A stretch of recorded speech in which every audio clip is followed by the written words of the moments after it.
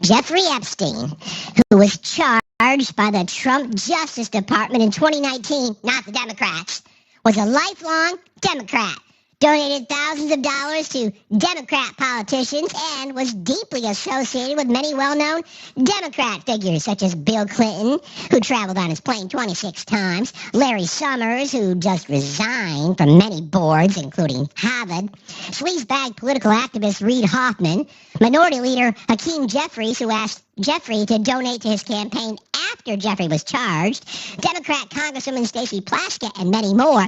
Perhaps the truth about these Democrats and their associations with Jeffrey will soon be revealed, because I have just signed the bill to release the Jeffrey files. As everyone knows, I asked Speaker of the House Mike Johnson, I think he's also known as Steve's bitch boy, but I'll have to check on that, and Senate Majority Leader John Thune to pass this bill in the House and Senate, respectively. Because of this request, the votes were almost unanimous in favor of passage. At my direction, the DOJ has already turned over close to 50,000 pages of documents to Congress. Don't forget, the Biden administration did not turn over a single file or page related to Democrats Epstein. Nor do they ever even speak about Democrats that have used Jeffrey's issue, which affects them far more than the Republican Party, in order to try and distract from our amazing victories, including the great big beautiful tax cut bill, strong borders, no men and women sports, or transgender for everyone, ending DEI, stopping Biden's record-setting inflation, lowering prices, biggest tax and regulation cuts in history, ending 8 wars, rebuilding our military, knocking out Iran's nuclear capability, getting trillions of dollars invested in the USA, creating the hottest country in the world, and even delivering a huge defeat to the Democrats on the recent shutdown disaster.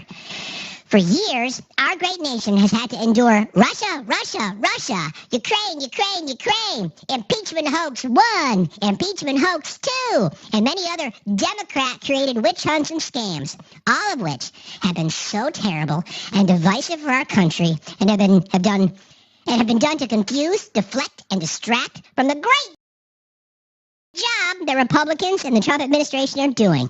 This latest hoax will backfire on the Democrats, just as all the rest have. Thank you for your attention to this matter.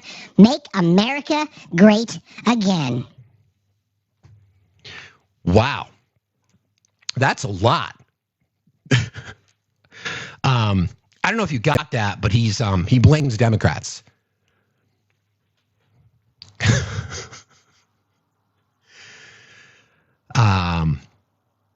There's a few things in there that obviously stand out. You know, it's the script.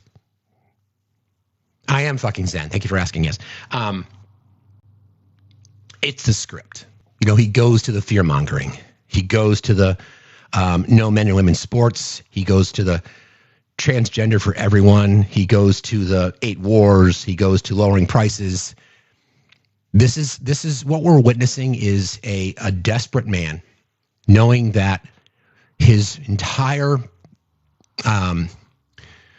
strategy to gain acceptance and popularity is just exploding around him. Yes? Steel Magnolia? You asked a question? So when we're witnessing it in real time, it's happening in real time. The problem that I think that we see is, as we know, it doesn't matter what, as we've reported numerous times, there's a recent poll out over just a few months back, 47% of Republicans surveyed said that they would still support him even if he was implicated. So those people are a lost cause. What I'm hoping comes out of a lot of this is it motivates people to vote. Right? That's kind of what I'm hoping for. We're going to talk about what this means because I think I want to be careful how I say this because I don't want people to feel like I'm diminishing what Trump has done. But Ro Khanna and Thomas Massie, the authors of the discharge petition, which is now the Epstein Transparency Act, signed into law. It's no longer a petition. They know his game, right? They understand his tactics. They understand how using the Department of Justice and the court systems and whatever else to muck the gears up of things, because it's worked for him. It's worked for him throughout his life, right? He's been able to deflect and deny and deflect and deny and, dodge this issue and dodge that issue. It's worked. But so they know this, they being Ro Khanna, Thomas Massie, and others involved in drafting this language, because of how they wrote it. And I really genuinely think that Mike Johnson, because he's going to have a lot of explaining to do when this information comes out, because it will. I'm going to tell you why. We're going to talk about that this morning, and how all roads lead back to the Kremlin, because they do. He fully expected the Senate to amend the bill. It wasn't because he wanted more protection for the survivors, because that was addressed. And don't forget, survivors were involved in some of the language that went into this bill. They were fine with it. They were totally fine.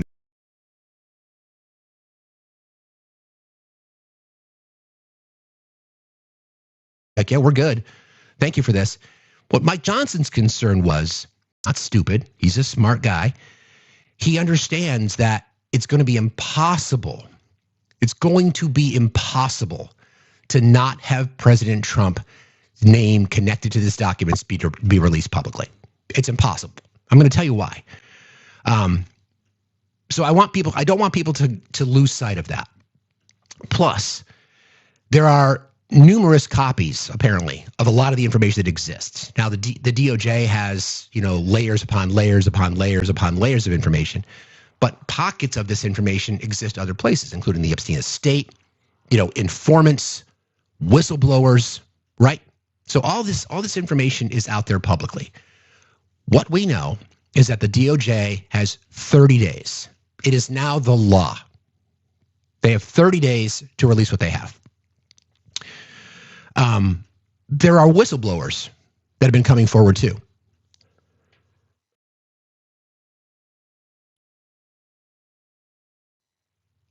Sorry, guys. I'm fighting through it today. We'll get there, though. There's whistleblowers that have been coming forward. We need another. Okay, guys, keep tapping. We got another restriction. So keep tapping, please. There's whistleblowers that are coming forward too. Whistleblowers inside the FBI, right? Whistleblowers at the prison facility where Ghislaine Maxwell is.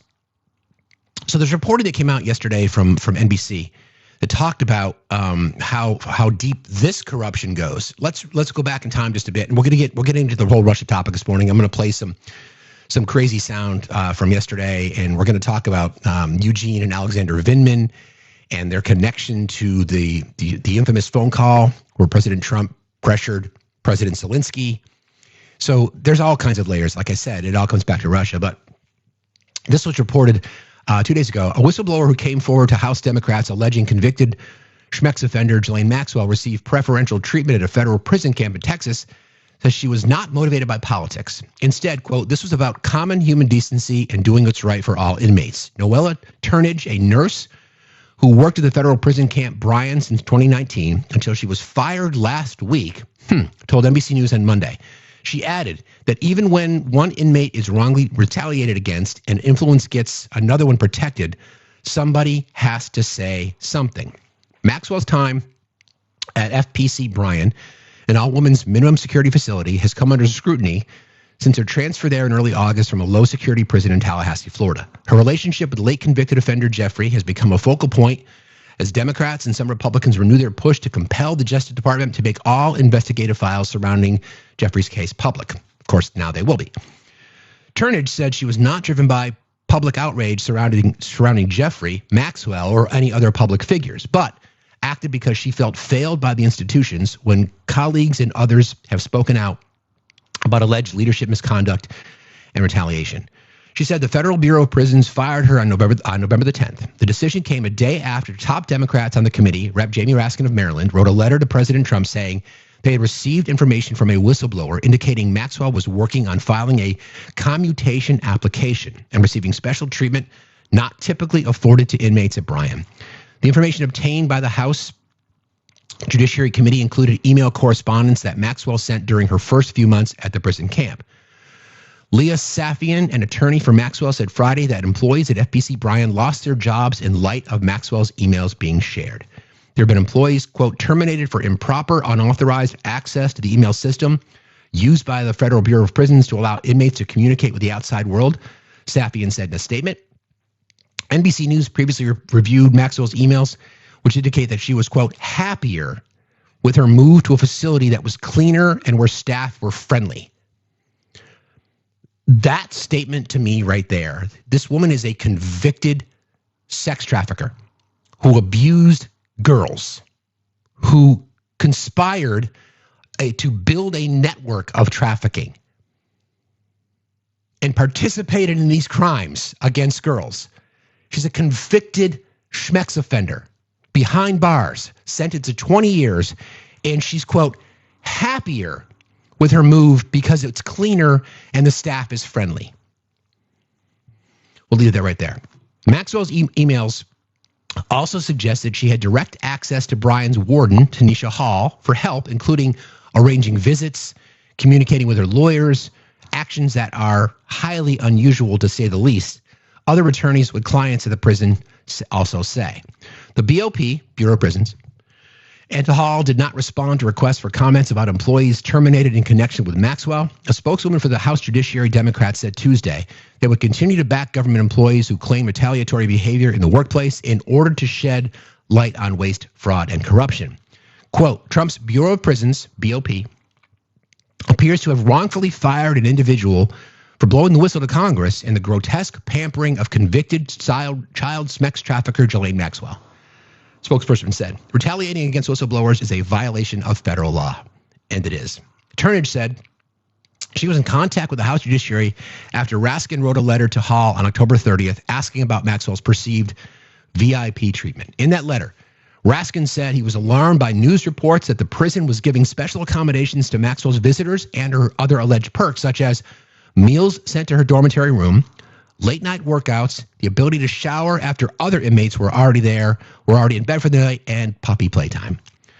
His inquiry also raised other accusations made by inmates that they have been threatened with retaliation if they speak about Maxwell to the media. At least 2 inmates have been transferred out of Bryan after doing so. According to media reports to review BOP records, NBC News has not confirmed the reason for the transfers.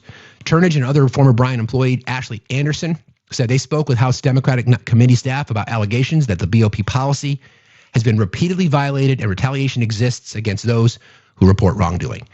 Now, that story is obviously important. Now, think about that. That in and of itself, like if that's all we knew, if that is all we knew, like if there was no 20,000 emails, there was no connections, there was no DOJ, there was none of that shit. The President of the United States directing his former attorney, Deputy Attorney General Todd Blanche, to speak to this woman who's a convicted, we know what she's convicted of, okay? After that conversation, she gets shipped off to Club Fed, where she gets her meals prepared, she gets special access to the gyms, she gets puppy playtime and all this shit. That story by itself should be the biggest story that we talk about. That in and of itself is huge. It's because it's just part of everything else. It doesn't just stand alone. It's disturbing. Let's use the box. I'll bring them up real quick, and then we'll get back to our reporting of the day. Good morning, friend. Hey, Steve, how's it going? I'm going all right. What's going on with you? Pretty good. I'm trying to get my camera on. I guess not. All right. Yeah, every day is a trigger with your show, which is fine because you have to talk the truth. So I want MAGA to hear a story real quick and see how disturbing this is. And I'll make it quick because I have an appointment to get to. Anybody who's heard me on Steve's Live before knows that I have 3 kids. They were adopted through foster care. My daughter was abused by both her parents, and they both went to jail. So yesterday, I get a phone call, an urgent phone call from my 14-year-old daughter, and says, I asked what was wrong. She was hysterical crying. She goes, I was attacked today. I said, okay. So I drove home, and she's having a panic attack. And come to find out, one of the boys on her bus basically jumped on top of her, put his hand on her inner thigh, and forcibly kissed her. And this is the second time this boy has done it. His family's MAGA, go figure. But what got me yesterday was when my daughter looked at me and said, why does this keep happening to me? And she got into such a panic attack that she was saying her heart hurts. We had to bring her to the emergency room to make sure nothing was going on. This is real life, people. This is what happens. It's not just the one moment that they get abused. It's a lifetime of flashbacks and a lifetime of navigating through possibly normal situations and unnormal situations. And the people who support these people are just horrible people, and you shouldn't be parents. We discussed yesterday about how we could maybe raise our boys not to be grapists, the bare fucking minimum. You know? Right. That's exactly right. And I have two boys. That's exactly what we do. We talk all the time about rights and wrongs, do's and don'ts. No means no, no matter if you're 20 or 50. No means no. Correct. 15, that's all I wanted 10, to say. 12, 9. Yeah. I appreciate that, man. I'm sorry you're going through that. I'm really sorry you're going through that. If you need resources, if you need some guidance or help, sounds like you're doing all the right stuff, bro. But don't forget about the resources that exist in our Discord for anybody. There's there's mental health, there's Are You Okay? There's all kinds of stuff that's available in our Discord. So don't forget about that. Okay. I appreciate that. You got it. Have a good day. Be safe out there. All right. Thanks. Yeah. I don't even know what to say anymore.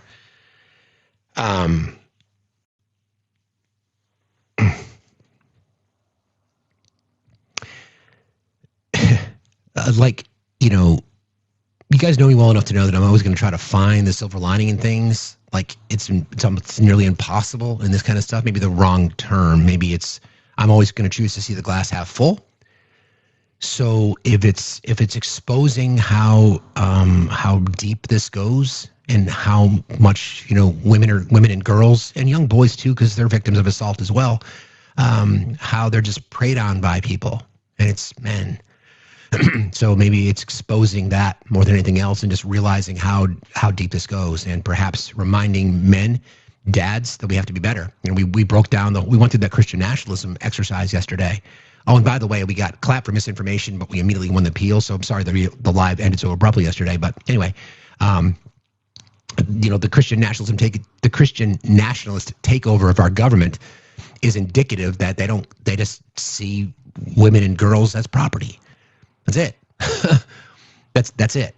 So we'll get into that. Thank you for jumping into this morning, Fred. I appreciate you.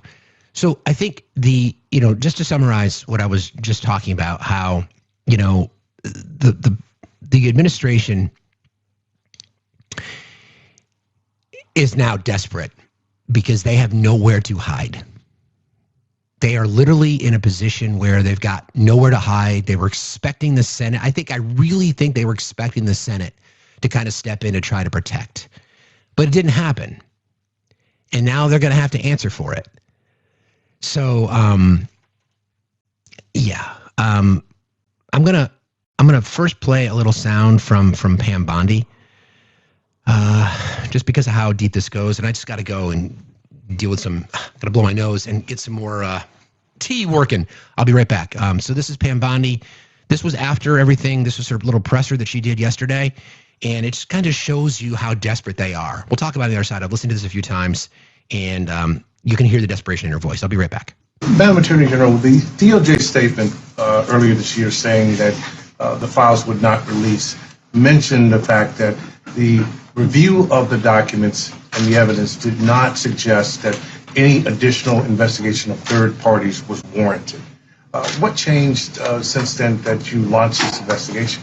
Information that has come for information there's new information, additional information, and again, we will continue to follow the law, to investigate any leads. If there are any victims, we encourage all victims to come forward, and we will continue to provide maximum transparency under the law.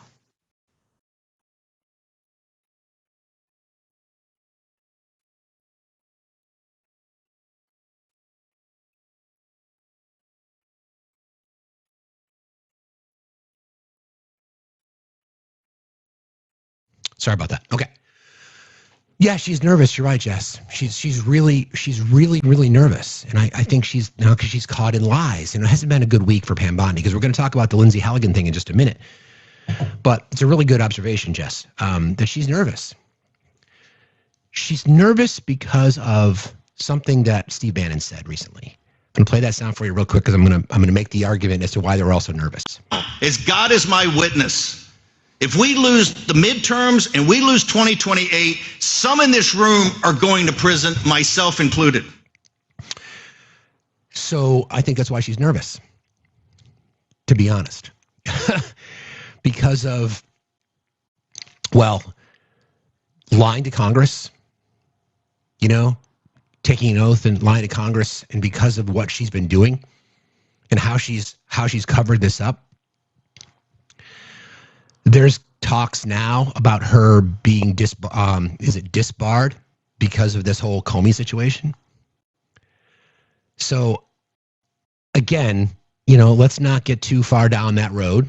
Let's focus on what we need to do collectively, calling truth to power, supporting independent journalists, reminding folks that this is not okay, encouraging people to do something, making sure that you're registering to vote, down ballot elections, special elections. Hold on a second. Down ballot elections, special elections, whatever that might be. Volunteering in your community, helping support progressive candidates. What are the people always ask this question about how, progressives just a liberal. No, progressives don't give a fuck your political affiliation. We care about policy. We will call out whomever it is. I look at the Democratic Party, like I've said this before, as public transportation. Gets me closer to where I want to go because they align with more things that are important to me, right? And then I'm willing to walk the rest of the way. Progressives, I don't want Chuck Schumer to serve as the minority leader ever again. I've lost a lot of faith in Hakeem Jeffries. I don't like his relationship to AIPAC. I don't like his connections to this. I want change in government, right? That's what progressives want. We just want change. We don't want status quo. We want the society to move forward. Thus, progressives, right? So when asked the question about you guys just defend, no, I'm not defending anybody. If you're not, that's why the advantage of being a progressive is that if you see good policy, listen, if Trump wants to rebrand the ACA and call it Trump Care, I don't give a fuck. Thanks for saving my health care. I don't care. I'm not in bed with a political brand. What's important to me, I'll get in bed with policy. That's what's important. I want policy that helps the working class. I want education reform. I want tax reform. I want criminal justice reform. I want court reform. I want expanding of human rights. I want expansion of civil rights. I want expansion of public health services and accesses. And that does not come from the right. That's why I lean left. I've said this before. Modern day Republicans, the conservative movement, they prioritize. They prioritize the rich. They focus on the rich, making sure that they get their tax breaks. Democrats, status quo, moderate Joe Biden Democrats, favor the middle class, but they don't go far enough. You can just look at the policy. You can look at policy for the last 50 or 60 years. That's just how it works. Progressives are the ones saying, is there any element to a policy from that side and that side that I can get behind? And if not, I'm going to poke a hole in it. So stop just, in summary, I'm really sorry. I'm off my game a little bit today because I'm just not feeling well, but we'll get through it. We want good policy that helps people. That's what we want. That's what we all should want. I want to help people. The more people we can help, the better our society will be, which is why I lean left. Hang left too, but that's a different conversation. Hey, I'm not going there. Sorry. Anyway, we want good policy. And this administration has proven to us, Republican politics of the last 50 years has proven to us that they don't care. They don't care about the middle class. They don't care about the working poor. They don't want to talk about raising the minimum wage. They don't care about health care, all these kinds of things. Okay? So when you're thinking about, or when you're in conversations with your friends or family around Thanksgiving, and it's probably going to be a weird holiday this year for lots of people, instead of asking them who they voted for, most of you probably know, ask them what they stand for. Like, what do you want? How do you want things to go? Like I want to shout out to Santana. I'm not sure he's here, but he invited me to join a panel for a while yesterday. And that's the question I asked. And this person was trying to both sides this kind of thing. And their answer was, when I asked this question, was, I stand for the truth. What the fuck does that even mean? We all should come up here and say that we stand for the truth, but what does it mean? And press them on it. Like, do you believe we need to reform our public education system? You can prompt them perhaps with a few questions. Yeah, that was my question as well. Truth? What? Like, what does that even mean? So anyway, I don't want a bit of a non sequitur there, but I just want to remind people, how we're in a position now. Exactly. Then she lied. Exactly, Jess. Then she lied. Exactly. We're in a position now where we've got some momentum, and we have an opportunity. I talk about this in terms of I'm like a nihilistic, pragmatic progressive, right? I believe that we need wholesale changes in our government. That's the nihilistic side. The pragmatic side says that we can't do it all at once. The progressive side is I'm not going to fucking settle. So we've got some momentum because the healthcare debate, I've never seen more attention paid on healthcare, at least for conversations from our government, than I've seen right now. Never. So again, if there is any silver lining to the 40-day government shutdown where, 8 senators decided to join Republicans, I think that's it. Because there's never been more of a focused conversation regarding healthcare than I've never seen one. Can anybody point to a time where this conversation has talked about this more than we've seen in the last couple of weeks? So that's a win, right?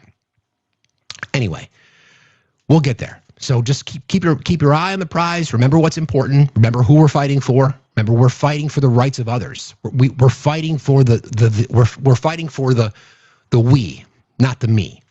Our goal here is to try to make society better. And it doesn't have to be overnight. Republicans played the long game for 50 years to get conservative judges and narcissists behind the resolute desk, and they take away women's rights to their body. Yeah, not since Obama, and even then, it wasn't like it is now. Because there was no ACA back then. The ACA has been popular. It's like 62% from a popularity perspective. So people like it. I'm on it. I'm worried about it. It's on my mind. It's causing me a lot of stress because I'm going to lose it in 40 days. We'll get there. All right. So back to our topic of the day. So this whole situation with the James Comey case. As a reminder, there was this infamous email. Or I should say text message or True Social post that came out from Mr. Trump over the summer. Let me see if I can find it. I want to read the exact quote.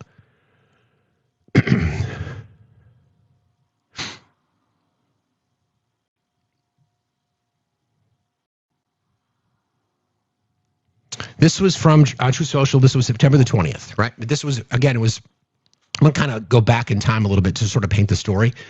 Pam. This was a direct message that went public on True Social. Pam, I've reviewed over 30 statements and posts saying that essentially same old story as the last time. All talk, no action. Nothing is being done. What about Comey, Adam Shifty Schiff, Letitia? They're all guilty as hell, but nothing is going to be done. Then we almost put in a Democrat-supported U.S. attorney in Virginia with a really bad Republican past, a woke rhino who was never going to do his job. That's why 2 of the worst Dem senators pushed him so hard. He even lied to the media and said he quit, and that we had no case. No, I fired him. And there is a great case, and many lawyers and legal experts say so. Lindsay Halligan is really a good lawyer and likes you a lot. We can't delay any longer. It's killing our reputation and credibility. They impeached me twice and indicted me 5 times over nothing. Justice must be served now. President DJT. That statement in and of itself is almost at the crux of what's been going on in the Comey case, because the argument that Comey and his team has been making is like this entire thing is political. It's like the debate policy. I'll debate policy with you, Al. No problem. We can have that conversation all day long. It won't go well for you, but that's fine. The entire argument has been that these are from the Trump side is that these are crimes, right? He's committed these crimes. He lied in front of Congress where there's no evidence of it at all, like none.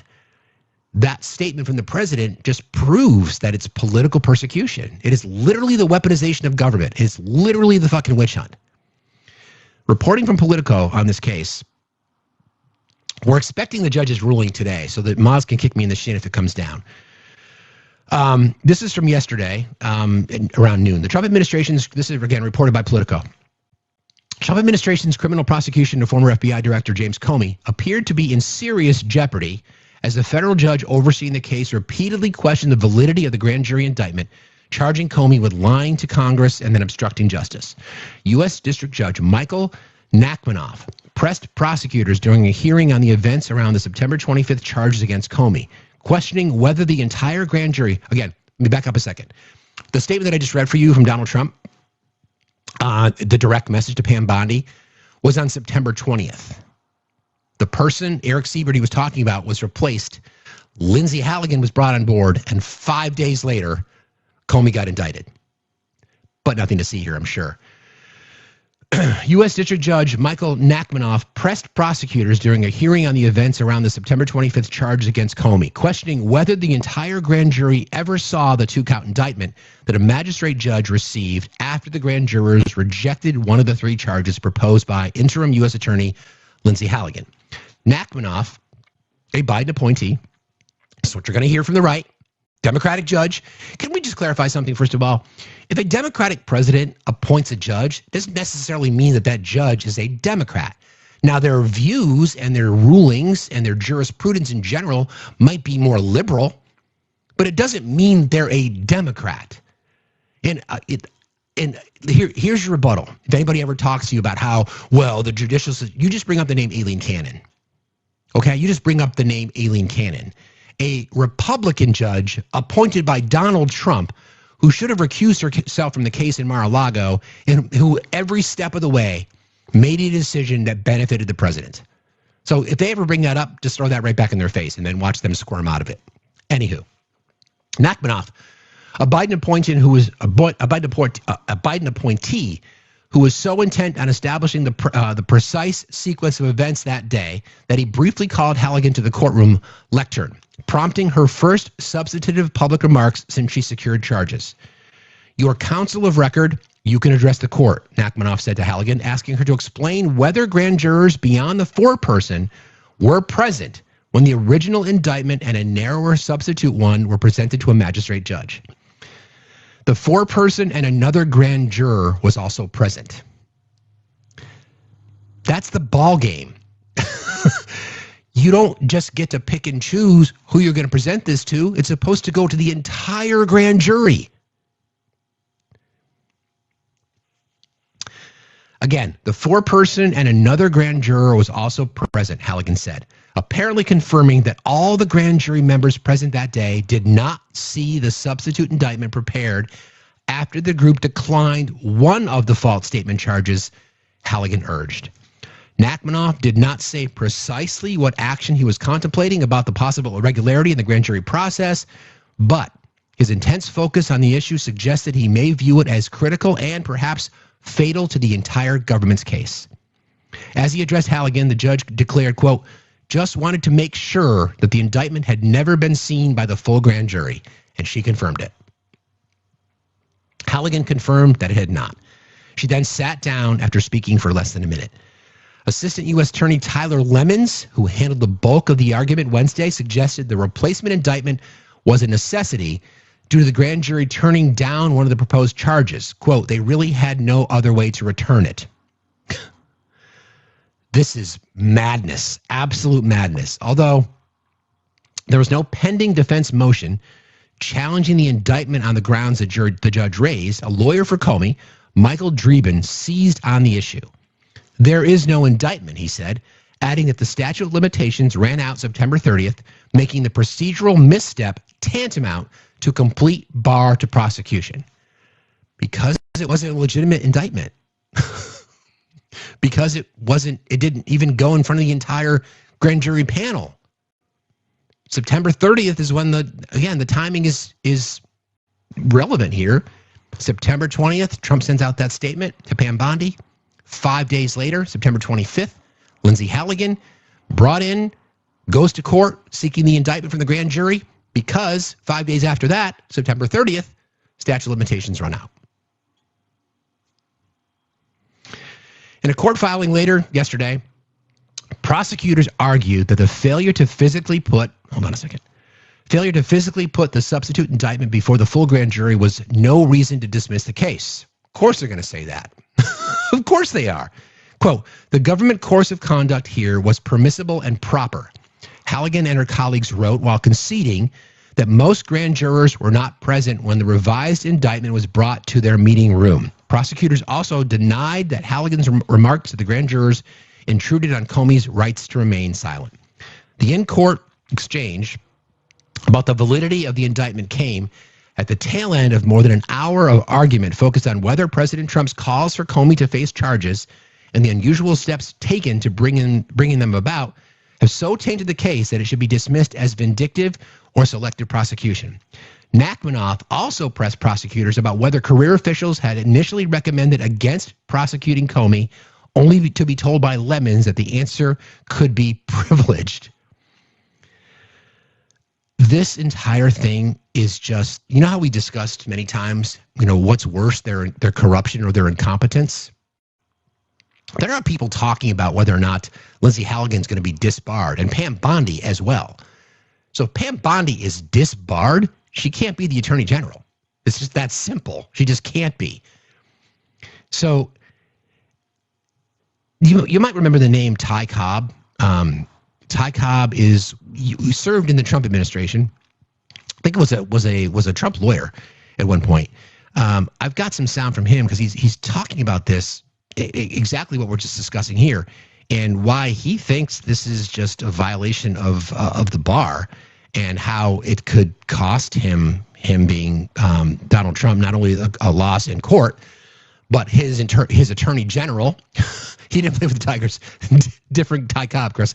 You know that though. Not only could it cost Lindsey Halligan her job, but it could, in theory, cost Pam Bondi hers. So here's Ty Cobb speaking about this very issue.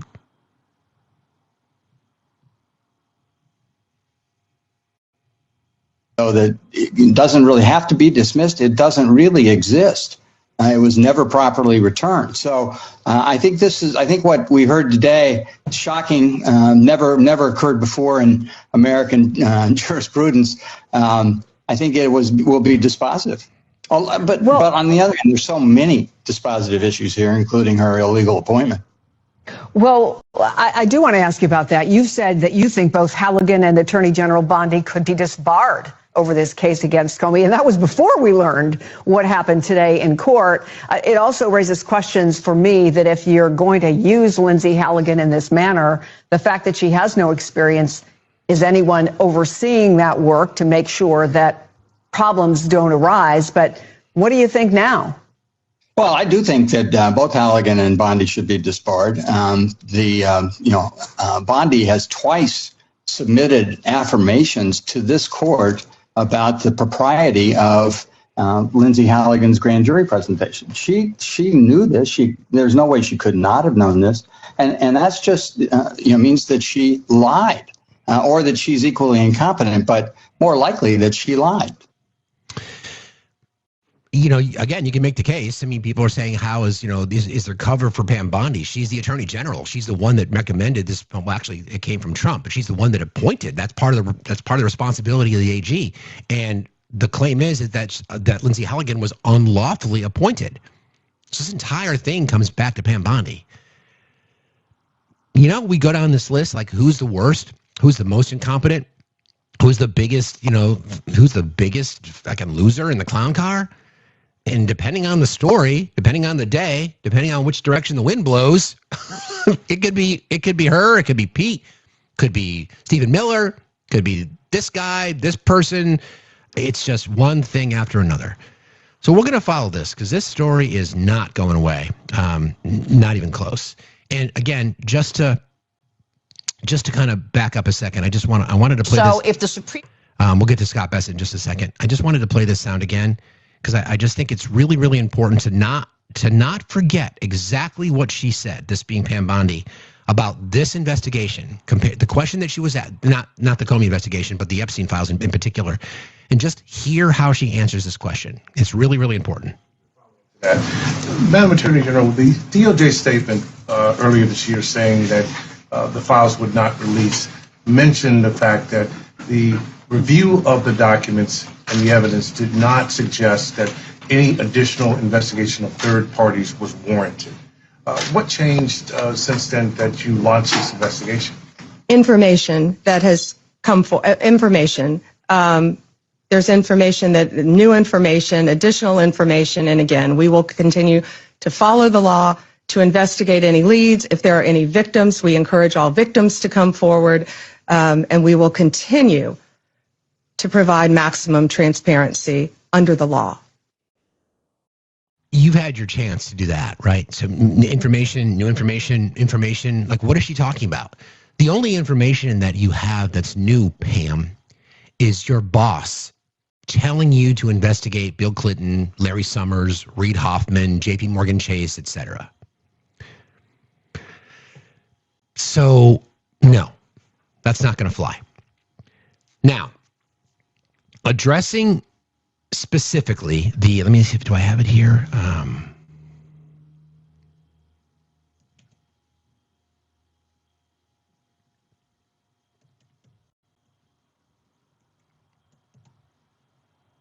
Just want to make sure I want to get the language just right.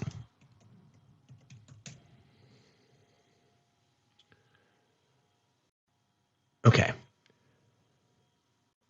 One of the things that has not been, I'm going to say not been addressed, but hang on a second. The language in the now law, right? I have this someplace. Hang on a second.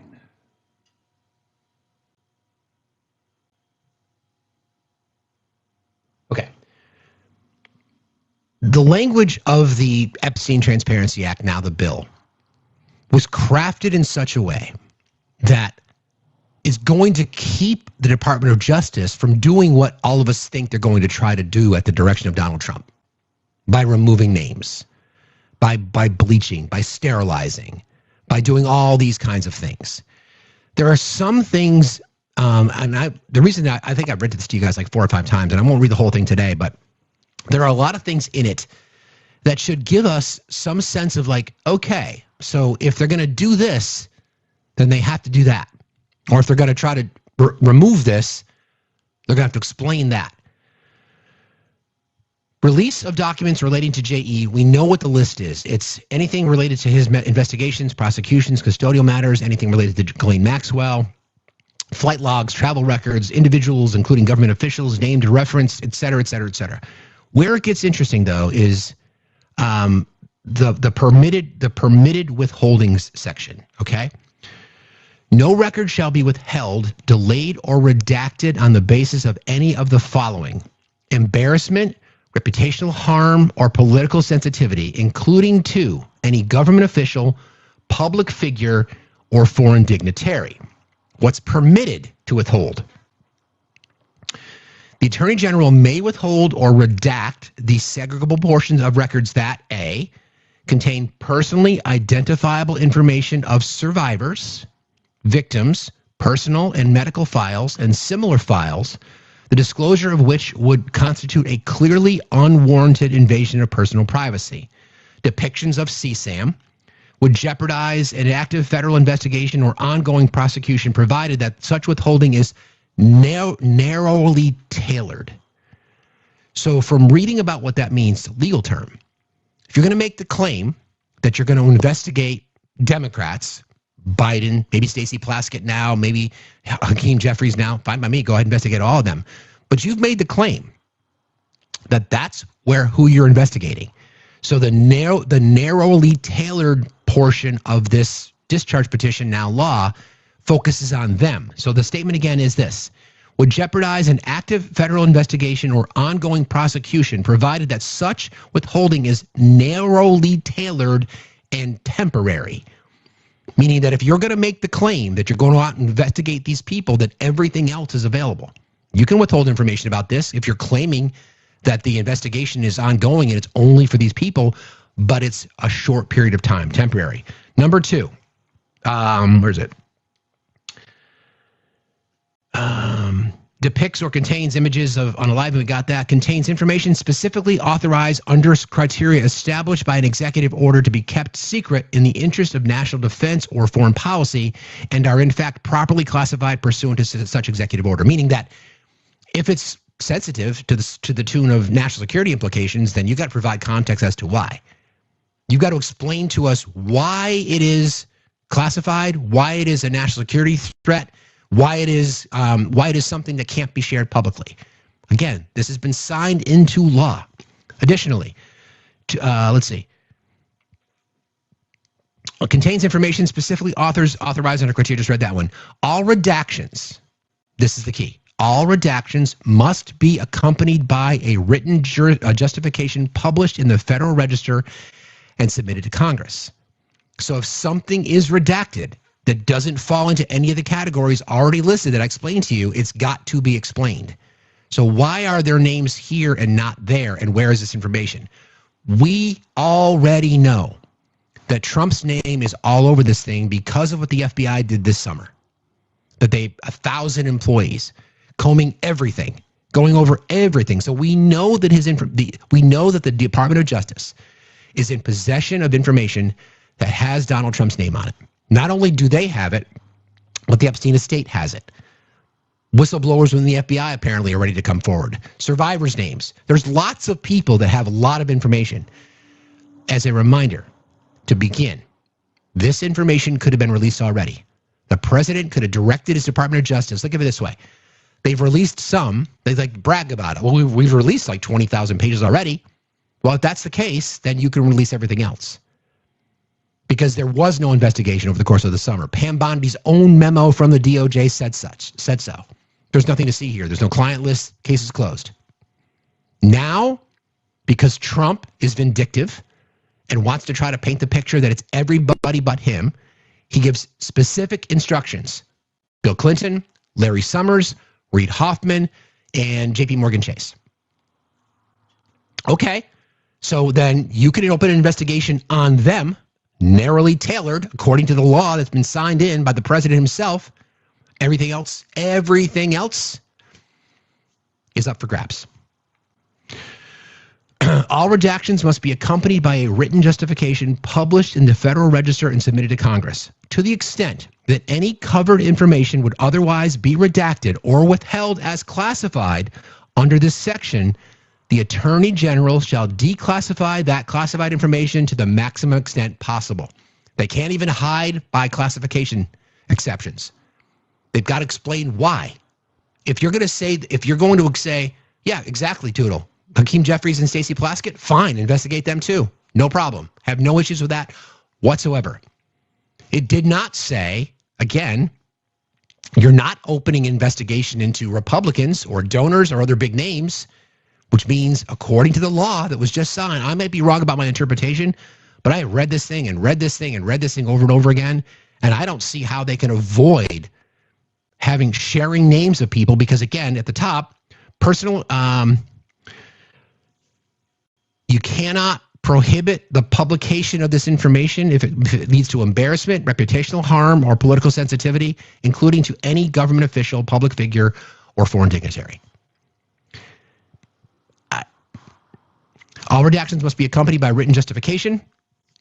If the Attorney General makes a determination that covered information may not be declassified and made available in a manner that protects the national security of the U.S., including methods of sources related to national security, the AG shall release an unclassified summary for each of the redacted or withheld classified information. She's got 30 days to do this. They can't run from this, you guys. They can't. They can't run from this. They're going to try. They are going to try, but they can't. And I think that's why Mike Johnson is so angry. The Keebler elf is angry. Good morning. How are you today? Hey, how are you? Fine, thank you. What's on your mind? I first want to say I hope you get well soon because I love your fire. Thank you very much. I appreciate it. If Thank it's you. respiratory, get you some Mullen if you can get your hands on Mullen. But also too, I just wanted to make a quick point, and I don't want to take up a whole lot of time. I think that man with the dead hand in the White House is doing us all a favor. We don't realize it now, but we will. He is taking the trash with him. Everything that is attached to him is failing and failing bigly. So Good point. I see this as he is doing us a favor. It's painful because and this is what I saw when he got into office, but he's doing us a favor. We're just going to have to be patient and let the chips fall where they may. I agree with that. I think patience is something that we desperately need to have. I agree with you because, like I said to start the show, there are so many things that are connected to this that the corruption just kind of stacks up. I'm with you. I think this is going to bring them all down. Yes, I really do. I can't wait for Yep. it. Thank you so much. Same. My pleasure. Thanks for being here. Appreciate you. Have a good day. Be safe out there. All right. So yeah, that's sort of the point, right? Right? Like, where do we start? I mean, Steve Bannon said it out loud. Listen, if Trump wins, if we lose the midterms, we lose the election, a lot of us are going to jail. And it's true, which kind of makes this point for me. Donald Trump has never been in this to be the president of the United States. Never. He's never been in this to serve as a public servant. He's been in this to enrich himself. And by using the power of the bully pulpit and the power of the federal government, he has used this to enrich himself. Not only himself, but all of his network. His network, by the way, that is being exposed. Right and left.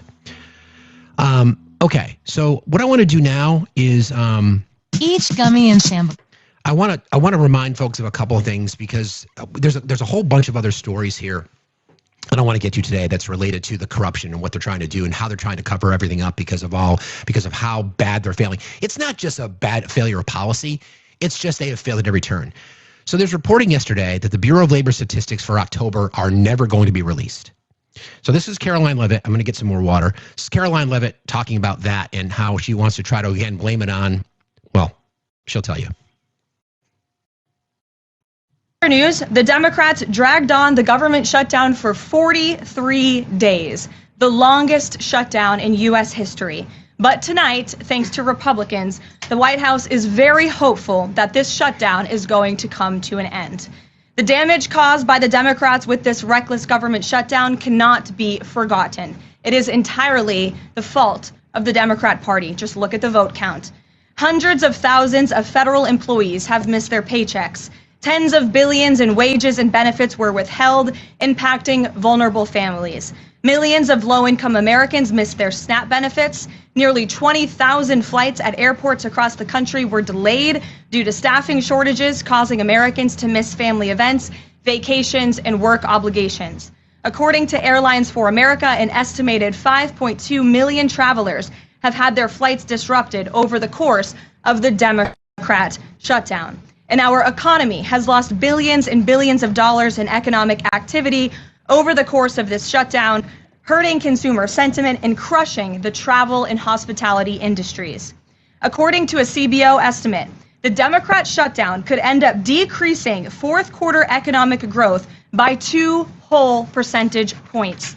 The Democrat shutdown made it extraordinarily difficult for economists, investors, and policymakers at the Federal Reserve to receive critical government data.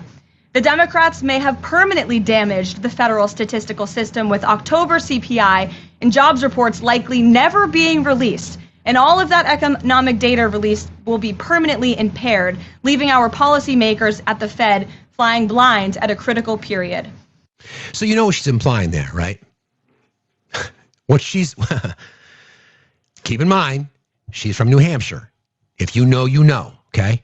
What she's implying is that the Democratic shutdown, basically the Democrats, when the Democrats shut down the government in their mind, when they basically kicked the plug out of the wall of the BLS, the Bureau of Labor Statistics, that the data is never going to be accurate because the Democrats broke it.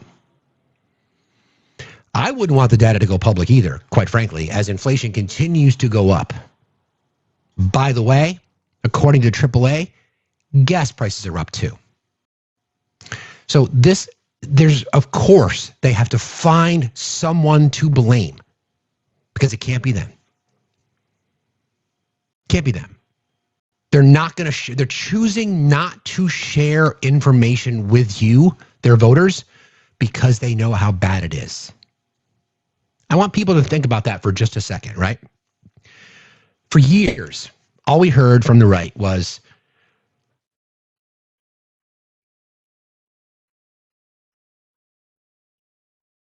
okay. For years, all we heard from the right was, you can't trust the data. You can't trust this. You can't trust that. The polls don't work. Can't trust the science. Unemployment numbers, this and that, this and that, this and that. We know how many jobs, 1 million plus jobs have been lost. We know the unemployment rate is going up. We know the inflation rate has gone up since April, every month. We know the gas prices are now going up again, which is weird for this time of the year. We understand that. We see it. We see the information. We know it. We know it. We see it. We know it. We live it. They cannot let this information go public. They can't. Yes, they are. Gas prices are up. Where is it? Stand by. I have it for you. Hold on. This is according to AAA, all right? Gas prices yesterday's average was $3.09. Today it's $3.10. So yes, gas is up. Diesel, by the way, compared to this time last year, currently diesel is $3.79. Yesterday it was $3.78. A year ago it was $3.54. So your gas prices are up too. Also, I would not want any of this information to go public, which again, this comes down to the conversation we're having this morning, right? You can only run from your lies for so long. Yeah, that's right. Liberal AAA, exactly. You can only run from your lies for so long. Okay? Scott Bessent, to me, has the ultimate, I'm not even sure what you would call it. Like, would you call it a public statement or the spin?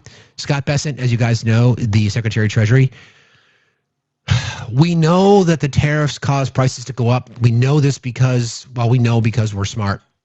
We know because John Sauer, who's the Solicitor General, who presented the Trump administration's case before the Supreme Court regarding the use of tariffs, John Sauer, in his testimony, when pressed by John Roberts, said, yes, tariffs are a tax, and yes, tariffs influence the price consumers pay. We know that.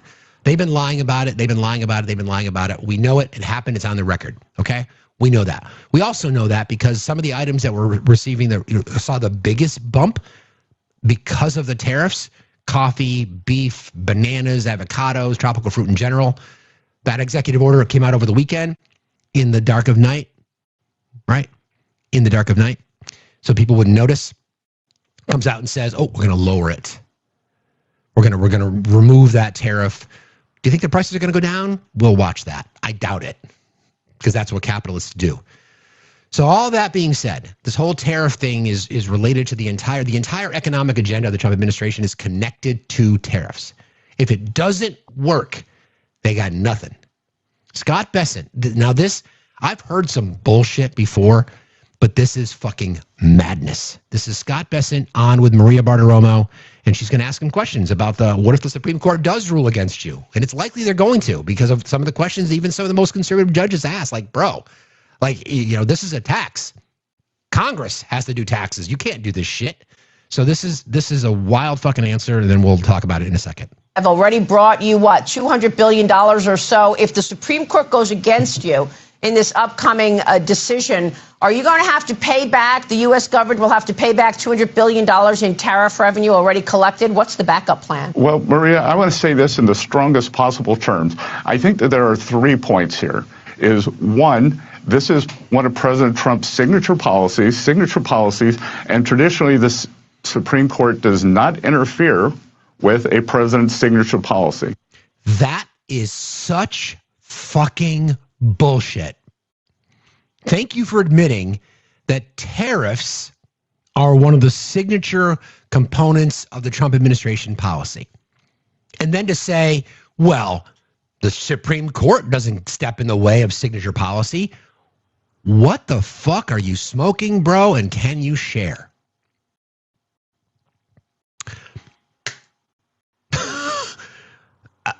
Again, here it is again. Just this is wild. Tariffs have already brought you, what, $200 billion or so. If the Supreme Court goes against you in this upcoming decision, are you going to have to pay back, the U.S. government will have to pay back $200 billion in tariff revenue already collected? What's the backup plan? Well, Maria, I want to say this in the strongest possible terms. I think that there are 3 points here. Is one, this is one of President Trump's signature policies, and traditionally this Supreme Court does not interfere with a president's signature policy. Jennifer said it best too. His company, multiple companies, Howard Nuttlick's companies, and others have hedged against tariffs going away, meaning that they have invested billions of dollars in the tariff experiment not working out. Who benefits? They benefit from when the Liberation Day happened, when the stock market took a massive fucking dip because of this bullshit. They gobbled up all that stock. They enriched themselves that day to the tune of billions of dollars. They imposed tariffs, which they know is violating the law. They try to justify it. When SCOTUS says, yeah, you can't do this, they enrich themselves even more. It is, to say it's diabolical is probably an understatement. But that's, like I said earlier, they don't care about governing. They don't. They just care about enriching themselves. I'd love to see the financial disclosure records. I'd love to see some of the financial disclosures from the people connected to the administration. I don't know when we get them, how often they come out. But this is a money grab. The entire thing. And a lot of it, again, goes back to Russia because of the Russian banks' involvement, because of SARs, SARS reports, suspicious activity reports that connects Russian banks and Russian oligarchs, not only to the Trump administration and to Trump himself, but numerous people, including Jeffrey. This entire thing, you know, we can see it. You know, our friends on the right won't, because they're not going to get reporting. They're gonna hear Scott Bessent's soundbite there. You're gonna say, yeah, Supreme Court never stopped. This is a corrupt Supreme Court. No, it's not. Well, I won't judge here, but Supreme Court is looking at the law as they should. They should be looking at the law.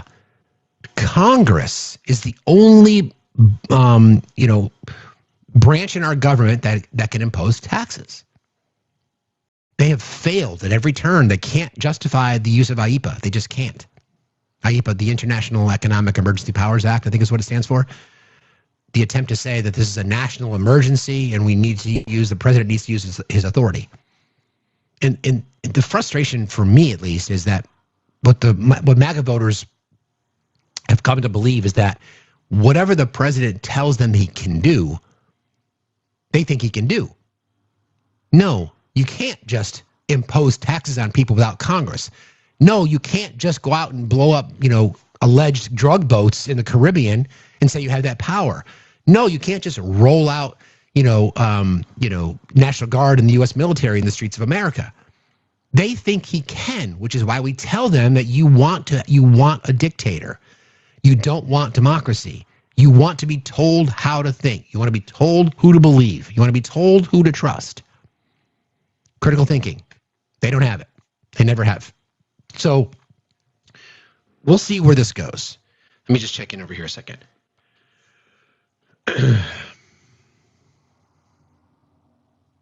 Okay.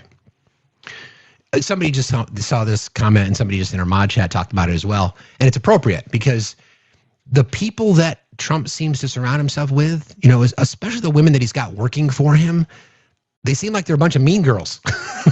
You know, and by the way, it's opening night for our play tonight, so I got that going on too. Anyway, it's just a weird position that they find themselves in, because this whole situation with Lindsay Halligan and James Comey and the Letitia James case is falling apart. All this kind of shit, all of it, and it's just one layer of corruption on top of another. And I want this. I want people to remember this. This entire thing, did I say that? I might have said this recently or earlier. It's been a money grab. World Liberty Financial, Binance, relations with the Qatari government. I'm going to play some. I'm going to play a soundbite from Eugene Vidman talking about the connection to MBS and the corruption connected to that, based on the statement that the president made in the Oval Office yesterday or the day before, which was just mind-boggling. The entire thing is a money grab. The entire thing is one massive grift. The president of the United States does not give one single fuck about anybody in this country other than himself and his own family to enrich. And the people that supported his campaign to get him elected, to help hide the cover-up in the corruption, he's going to give them a nod. Anybody else? Fuck you. Quiet piggy. And by the way, again, because our mods are awesome, where were the male journalists on that plane? Where the fuck were they? Why the fuck didn't they step up and say, Mr. President, what are you doing? This is the whole stuff that we're talking about. This is the whole do something shit. Like, how far, where, do you care more about your career? I guess you do. Do you care more about your career than the credibility of people that are in your profession? I guess so. Mediocre men. Mediocre fucking men. Period. That's it. Like, where were they? Why didn't they step up? Good morning. How are you today, friend? Hey, good morning, friend. I was just typing, buongiorno, everybody, buongiorno. But yeah, real quick, I'm glad I interjected at this perfect timing. What we are seeing with that action from him is abusive behavior.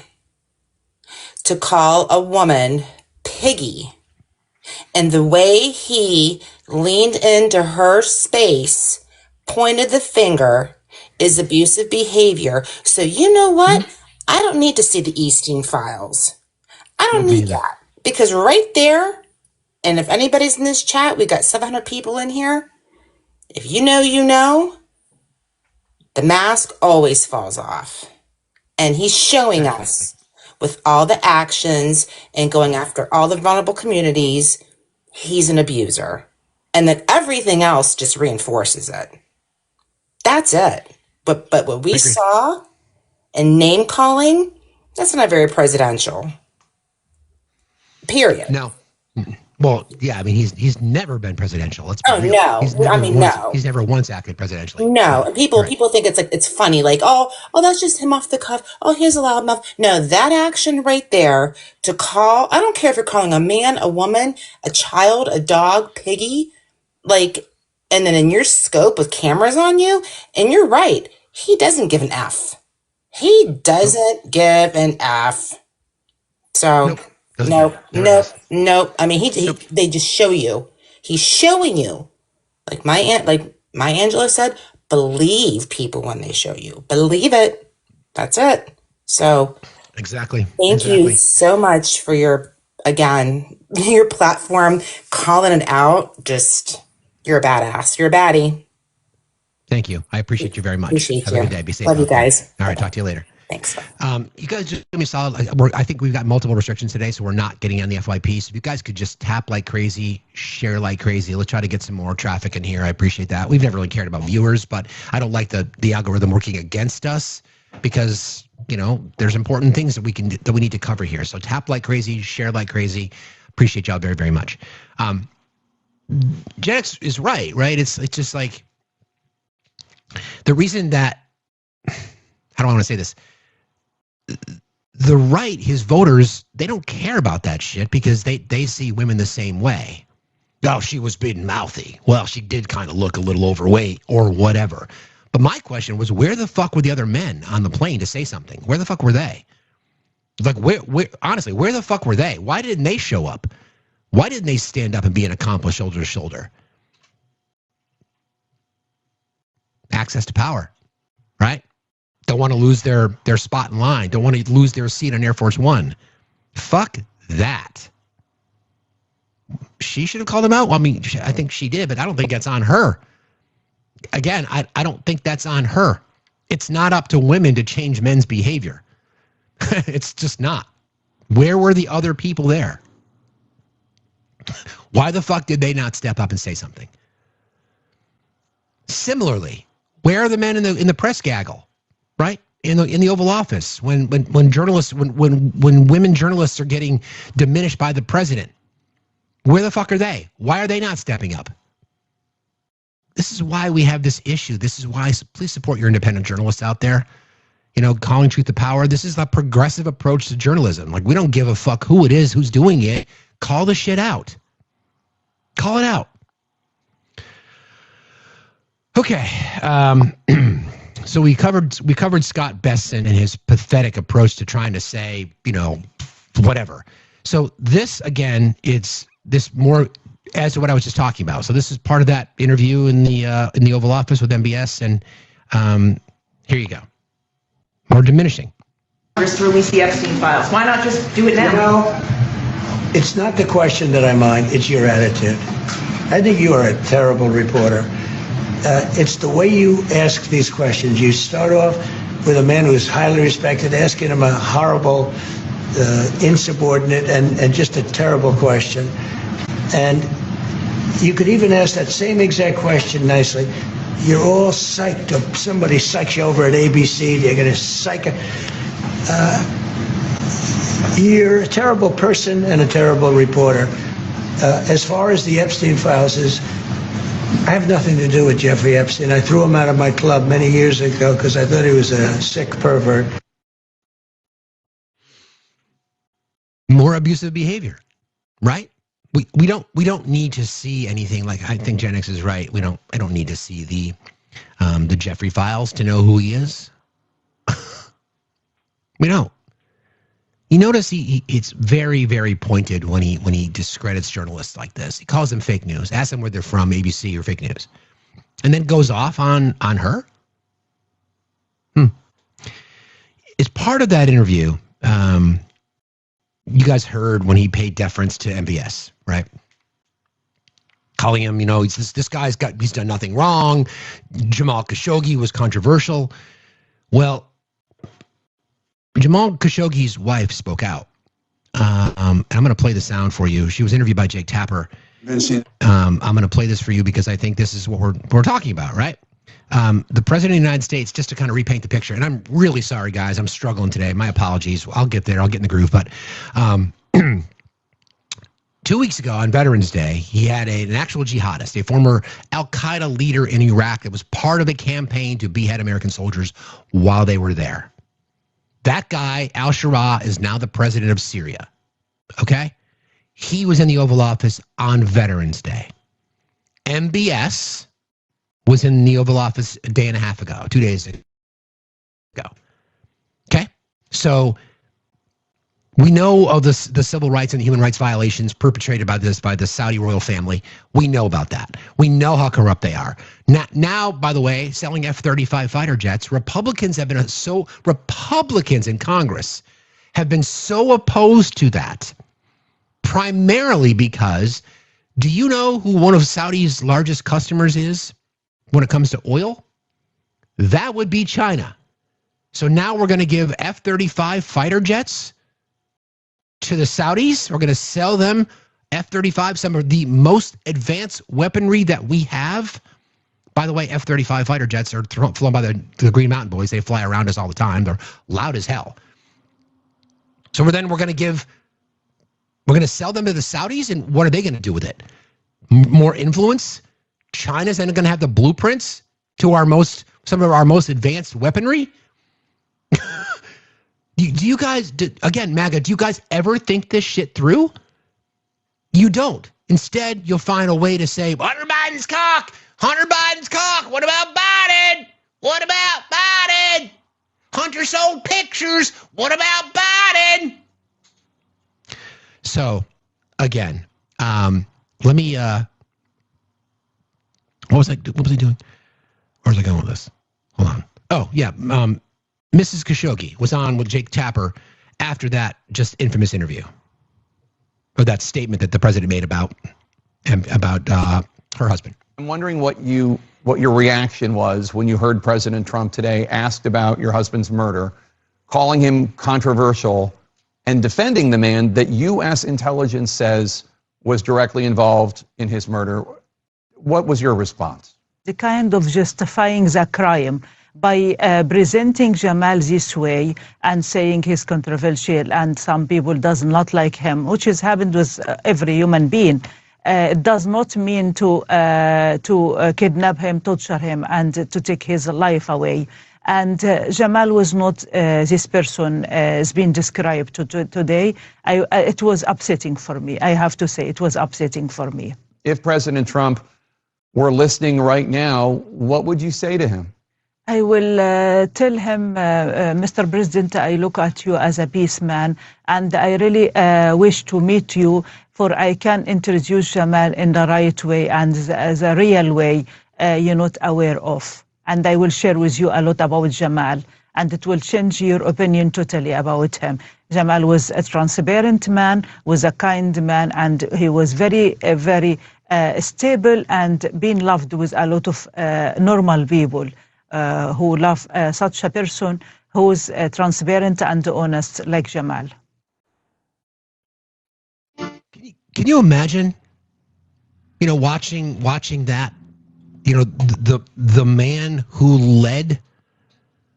directed the butchering of her husband, watching the president of the United States defend him and criticize her husband, saying he was controversial? Can you imagine that? We have people in our chat, in our military families, in our mod family, who their husband, their partner, joined the military because of 9/11. We know that the Saudi royal family funded Al-Qaeda, funded Osama bin Laden. We know this. It's been proven. It's been studied. Our own CIA, our own FBI, national security organizations across the globe. Imagine sitting there and listening to that. Where are the America First fucks? All you fucking traitors out there celebrating this shit. Where the fuck are you? Many of you red hat wearing oath breaking traitors joined the military because of 9/11. Why the fuck are you not outraged? Where are you? Why are you not? Why can you not, for one moment, just take a step back and remember what your oath was that you took to defend the Constitution against all enemies, foreign and domestic? When you put your name on the dotted line, you took the oath in response to 9/11. You did it because you wanted justice from what happened that day. What happened that day was directly funded by the Saudis and the Saudi royal family. And here you are, cheering that MBS was in the Oval Office? Oh, well, we gotta fix. He's a peacemaker. Where was your outrage when literally a jihadist who was on the FBI's 10 most wanted list like a month and a half ago, like a month and a half ago, was on the FBI's $10 million reward for his head? Al-Shara, the president of Syria, was in the Oval Office on Veterans Day. He was an al-Qaeda leader in Iraq, part of anti-American campaigns to behead American soldiers. That guy was in the Oval Office on Veterans Day. On Veterans Day. And Trump was joking with him about how many wives he had. My God. It's one thing to talk about how much he's using Saudi royal money, Qatari money, Emirati money, etc., Russian money to enrich himself. He is doing it right in your face, MAGA. He's doing it right in your face. You know why? Because he knows you won't call it out. Because he knows that you are stuck. That you are stuck. Because of your dedication to him, you can't criticize him. You can't call this shit out now. You'll just say, well, he's a peacemaker. Really? I would like to turn back the clock. I would like you to imagine if it was Barack Obama who invited MBS and Al-Shara to the Oval Office. You would be calling for a firing squad outside of the West Wing, and you would. That was a despicable display, absolutely despicable. And that poor woman, Ms. Khashoggi. By the way, their children are American citizens. They were born here. They were born here. They are American citizens. And the President of the United States defending a man who led for the beheading, the brutal unaliving of her husband, Jamal Khashoggi. It's despicable. Where the fuck are you, MAGA? Where are you? Why can you not call that out? You veterans, many of you were standing shoulder to shoulder with people who may disagree with you politically, but you were unified around the same cause. You wanted to defend your nation against the people who perpetrated the crimes that happened on 9/11. 3,000 people lost their lives that day. That's why you chose to sign up. Many of you talk about it publicly. Right? We know the recruitment number spiked. We know that. You stood shoulder to shoulder with queer people, with black people, with Americans across the board. You did not care at that time what their political affiliation was. You didn't give a shit. You did not care at all. And yet here you are. Here you are defending this guy still. Still defending him. And I guarantee it, at some point, I'll be up on a panel and there'll be some veteran that will come up and I will ask that question. And they will try to figure out a way to spin around it. It's so disgusting to think about that. And you honestly want to say that you're still connected to America first? How dare you? You're oath-breaking traitors. Period. You don't care about your country. You care about Donald Trump, the biggest traitor, arguably, in American history. You don't care. Good morning. My friend. How are you? I'm good. I have two things to say. Your Jewish mother says you need to have some chicken soup today. Yeah, I certainly do. I got a busy week ahead, so I'm going to have to, I'll rally. I'll be good. Thank you, though. Your Jewish mother says matzo ball soup is Jewish penicillin. Ooh, that sounds damn good. Yes. Yeah. But I also wanted to say, as a military mom, I do want you to know that I had a very long talk with my son last weekend. And the military, my son's in the military, and they see it. They see it, they know it, they're feeling it. My son has a friend who is also in the military and is stationed somewhere with the big N bombs. And he's just appalled and disgusted. And they spent hours, they said, just talking about how disappointed they are about this orange fuck. And they see it. They know what's going on, and they know. And it's really the MAGA that have no skin in the game, right? Like my son, and like they don't need to worry about their kid coming home in a box, right? But us parents, we do. We're our kids go in first while you're sitting on your sofa eating your chips on your 50-inch TV. So, but just to let you know, they're searching for outside legal counsel outside of JAG, and they see what's happening. So I think the turn is coming, because I was very worried when it all started, but I think they're coming around. Yeah, I mean, I think I might have talked to you about this before, Jen, but we have a friend of the show. Her name is Daniela Mestinik Young. Daniela grew up in the Children of God sex cult, and she joined the United States Army, and she came up and talked about this. To your point, she's like, Trump thinks he has the military, but he doesn't. He just doesn't. We see the sound bites, we see the stage photo ops, but I'm with her. I don't think he does, based on what you said. I think there are more people who took the oath that are disgusted by this shit than there are that aren't. Yeah, absolutely. Anyways, I hope you feel better. Thank you. And keep doing what you're doing. I appreciate you, Jen. Thanks for being here. I appreciate you very much. Have a good day. Talk to you later. All right. Yeah, I mean, there's no defense of it. That's the thing.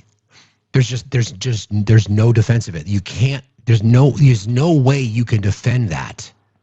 It's not just one person. It's shaking hands with an international war criminal on U.S. territory, on U.S. soil. You know, Vlad, his daddy.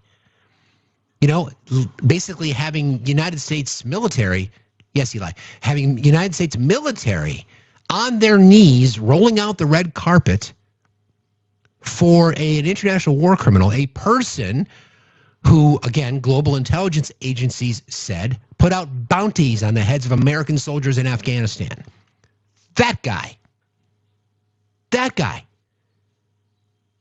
Like, what? That's who we're talking about here, MAGA. This is the guy you support. America first, my ass. Eli, how are you, friend? It's been a while. Did I load in? Am I loaded in? I got you. I can see you. I can hear you. All right. Yeah, that was weird. I didn't have the little box that, when it usually pops up and has like the save. I just was here. Like I was like in the comments, and then all of a sudden the screen just shifted and I was here. That was weird. Sorry about that. Hey everyone. Okay. I do want to just introduce myself because I don't know if I'm in front of some new people, just so that they can have relevance to what I want to say. Because it's just following up from the last person who was up here. So I am Eli. I'm 32 years old. I'm a trans man. I was one of the 1,000 service members that came forward when they gave us a couple of weeks to basically say, self-identify. And so I was one of the 1,000 people who lost their career. I was in for 13 years, and I was supposed to re-enlist October. I got kicked out in August instead. So I say that because that's really sad, and I understand like Veterans Day was weird. I completely ignored the fact that it was Veterans Day. I actually dreaded receiving anything that said, most of my friends did not say Happy Veterans Day. So all that's sad, but I'm going to say something positive because I only did that to let everybody know how ingrained I really have been and how recently ingrained I've been in the military. Because I served 13 years, I did make it higher up in the enlisted ranks. And because of that, I had a lot of leadership positions. I deployed around the world. I served around the world, and the military is a really small place. Because I served with all different branches, I know people all over the world. I have them on I'm still in so many Like I literally just got plucked out of the military out of nowhere. Like I wasn't on my gradual downcline. I was like in the middle, you know. So all that to say that I had connections. The job that I had, there's only 450 of us globally, so we move around a lot. The reason why I say this is because I have like kind of like a temperature check all over the place with as far as like the military goes. And why I want to just like, it felt really nice to hear somebody else come up and say like, hey, like my kid says they see it, because I'm going to let y'all know that I knew what was going to happen to me the day that the election happened. I knew what was going to happen. I started talking about what was going to happen to me, honestly and openly, because where I worked at the time was with the brand new recruits of the Air Force. There's only one place where that could possibly be. So now you know somewhere where I was stationed, if you could put that together. I was working every single day, like Monday through Sunday, because of the leadership positions I was in with these new recruits.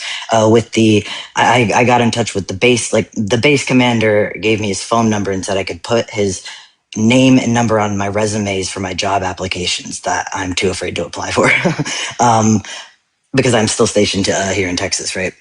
But that's relevant, because the point right now that I'm trying to get to is I've gotten to know a lot of really freaking cool people, a lot of really cool places. When these troops would graduate, they'd go to other places in the world. And so then they wait like their 6 months and then they add me on socials and they send me the little messages. I've just like gotten all these cool perspectives. And I'm going to tell you that the majority of the people that I know,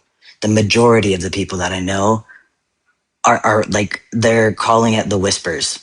Like what's happening is what I would tell you, like to compare to like the 1940s time frame, like the whispers of like, yeah, because the reality is we're on edge. So like I was in during that time frame. I was in when they started saying that we couldn't have pronouns all of a sudden in our signature block. So they gave us literally the same duty day. The order came out in like the mid-afternoon and we had like 4 hours for the entire DoD to have all pronouns removed from their like signature blocks. It was like there was a fire in the White House and we all had to figure out how to put it out collectively. It was ridiculous. And it's like the impacts that were being felt are pretty big. So essentially the conversations have to be, they're being had, but they're being had in whispers. And I think that what's got to happen is something like this is from that's the other piece. The only other thing that I want to say is, all right, like, so keep in mind, y'all, that the people that are getting deployed to these places are all like National Guard, like they're Guards members. So these Guards members, right? Most people like are aware that they're called weekend warriors because they do active duty for a couple of days out of the month, every month, and that's how long they do their active duty. Most of them. Some of them would be like one-offs here and there, but that's the large majority. And the reason why that's relevant is because they're spending most of their time in the civilian world. They're spending most of their time interacting day to day with like the civilian kind of like the public, right? And so it depends where they're like, what city are they living in? A blue city? Are they like where are they at, right? That's really relevant and significant because the people I'm referring to right now, this is like the active duty military. This is like where like if they try to truly turn the military against us, and the National Guard is like the outlier, and it's like the perfect part of the military to use because everybody on active duty is like, what the fuck are you doing? And if you look at like the videos that are getting posted of active duty service members or like veterans, they're gonna be the active duty guys.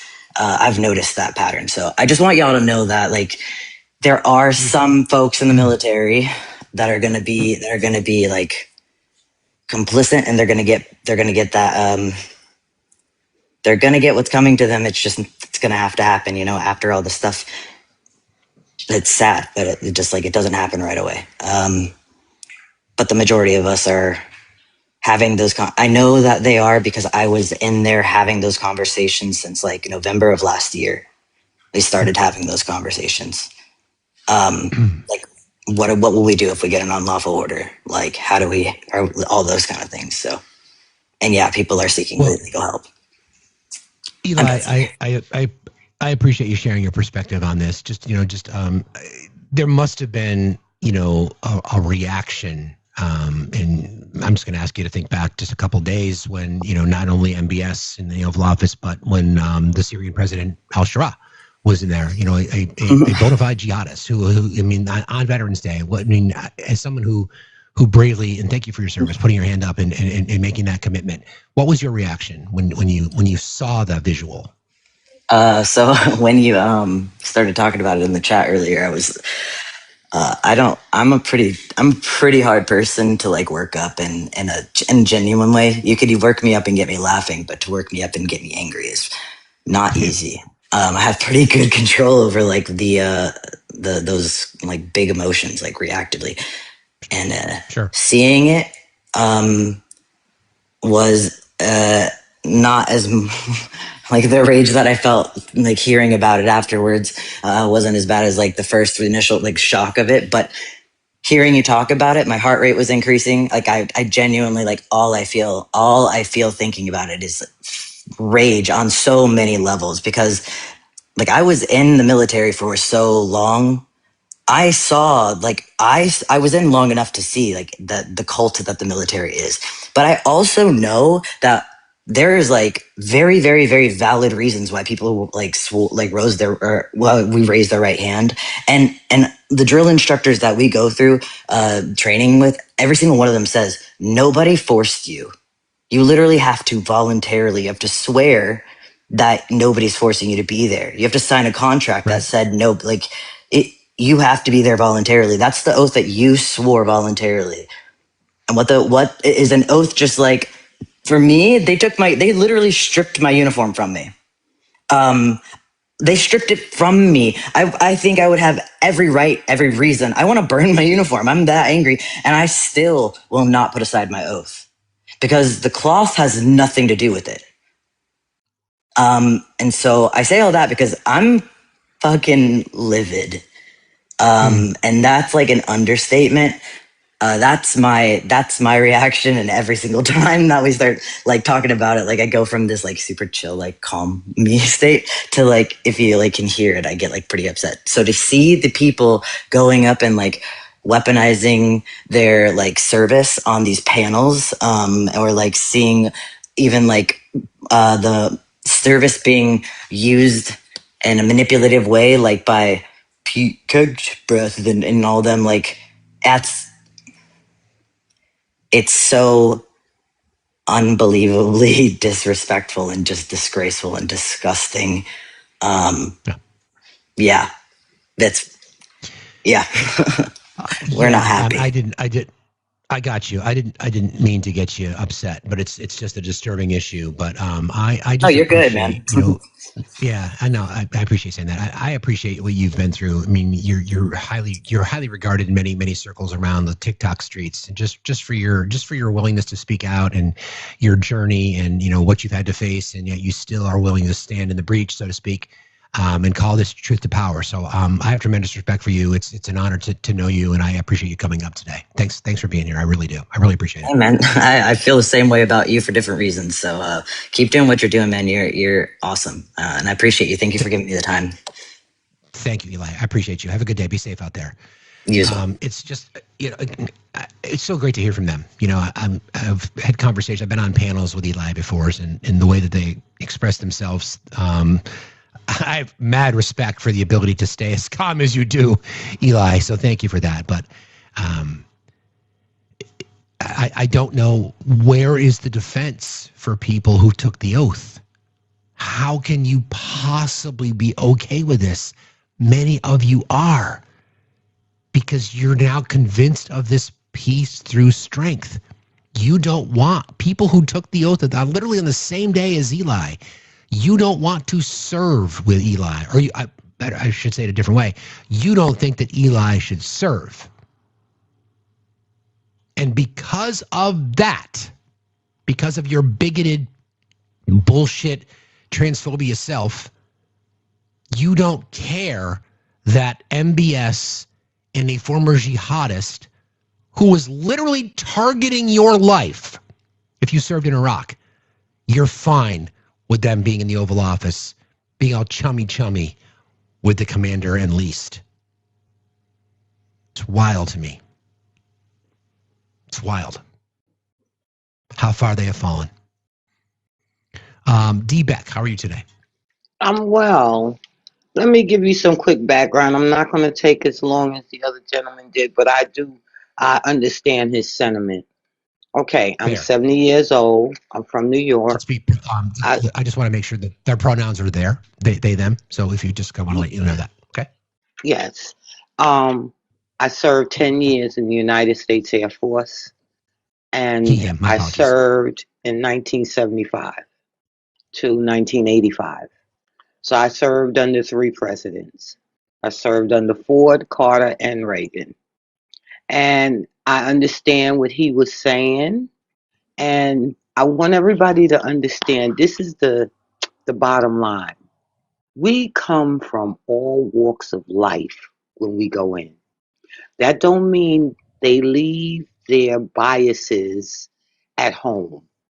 They bring their upbringing, they bring what they were taught to believe along with them.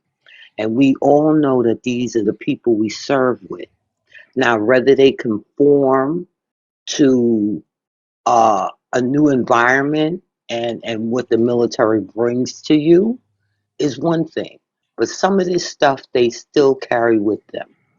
And they come from one traffic light towns, no other type of people but themselves. And they bring these beliefs into the military with them. We have a lot of that. Okay, so let's not be confused about that. And I agree with him. We do have veterans such as himself and myself that we're amongst the whisperers, as he put it. Okay, we do believe in the oath that we took, and we know that it's until we're put down. Okay, that this is the oath we've taken, and those who go against that oath, their motivation is their cruelty, their bias, and their racism. And it's always going to be there. Just because they put on the uniform don't mean that's not who they are. But the military allows you to have power, okay, to rise and have authority over others, and that's the rug for them. You understand? So anyway, I do. Yeah. Thanks for bringing that up, and I appreciate your acknowledging that. Thank you for being here. I appreciate you very much. Okay. All right. All right. Have a good day. Be safe out there. You Thank as you. well. And my apologies, Eli. I know he, him. I'm sorry about that.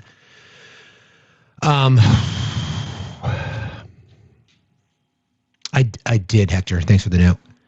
It's just so disturbing to have to listen to that. Like, Eli gave 13 years of his life in defense of his country, and then told that he's not worthy to be himself to serve, was promoted, advanced, recognized for his service. And our president will sit there and laugh in the Oval Office with MBS and joke about the Syrian president having multiple wives. Oh, and then there's this. I forgot about this one. We've got these pictures too. I can't see it there, but all chummy with Vlad, laughing with Vlad. This guy who put out orders, bounties on the heads of American soldiers when they served in Afghanistan. That guy right there. International war criminal, by the way.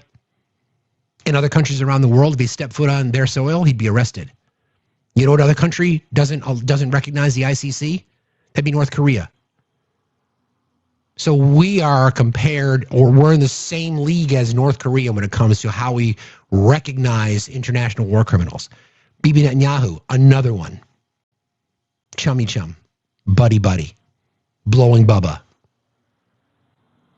I'll just throw that out there real quick so people can get a little laugh out of it. It is despicable. It is disgusting. And there will never be a day that people will not be reminded of this bullshit. Apparently, there's a True Social post that I should check out. Give me a second.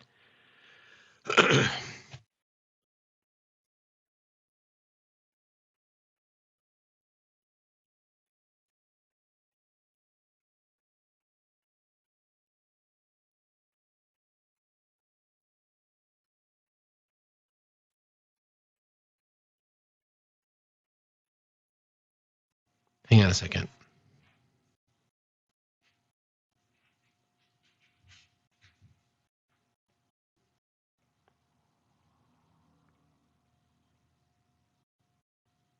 Trying to find the tweet in question here. Hang on.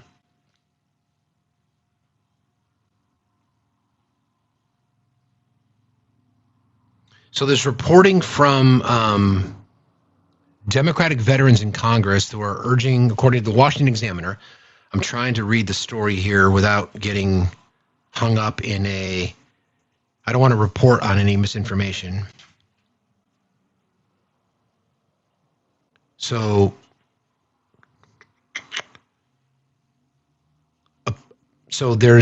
there are Democratic veterans, according to I'll just read what we have.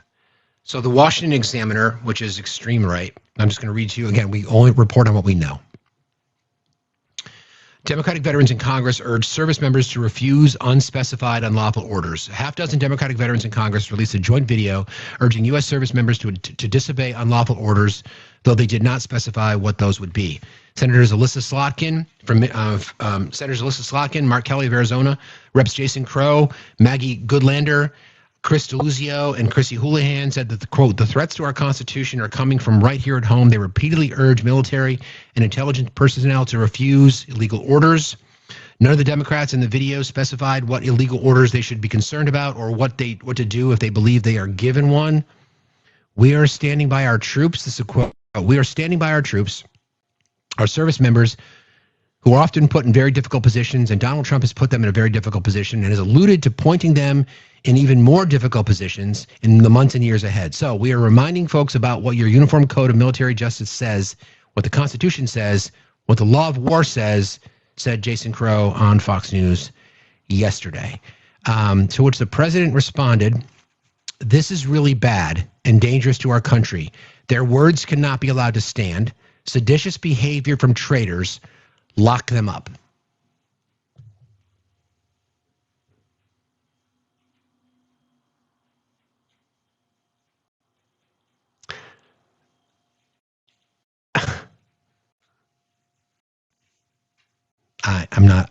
I'm not a vet, have not served. I can't speak to that other than what I can see, what I can report on. From what I've learned about the UCMJ, it is one of the most important things that gets discussed during the ISPAC. My apologies to you on the pronouns. I knew that. I made a mistake. I'm sorry. Oh no, you're good. No, stuff like that happens. Are you cool if I turn my camera on? I just don't okay, cool.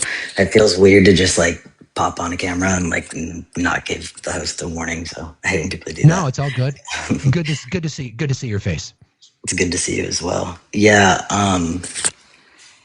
that was a emotional roller coaster for me.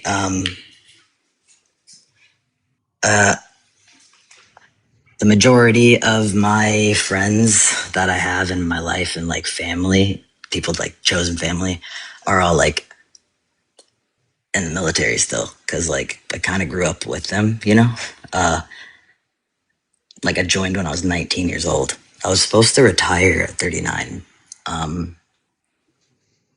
and so I'm just talking through the emotions, I guess, because I think being vulnerable is important.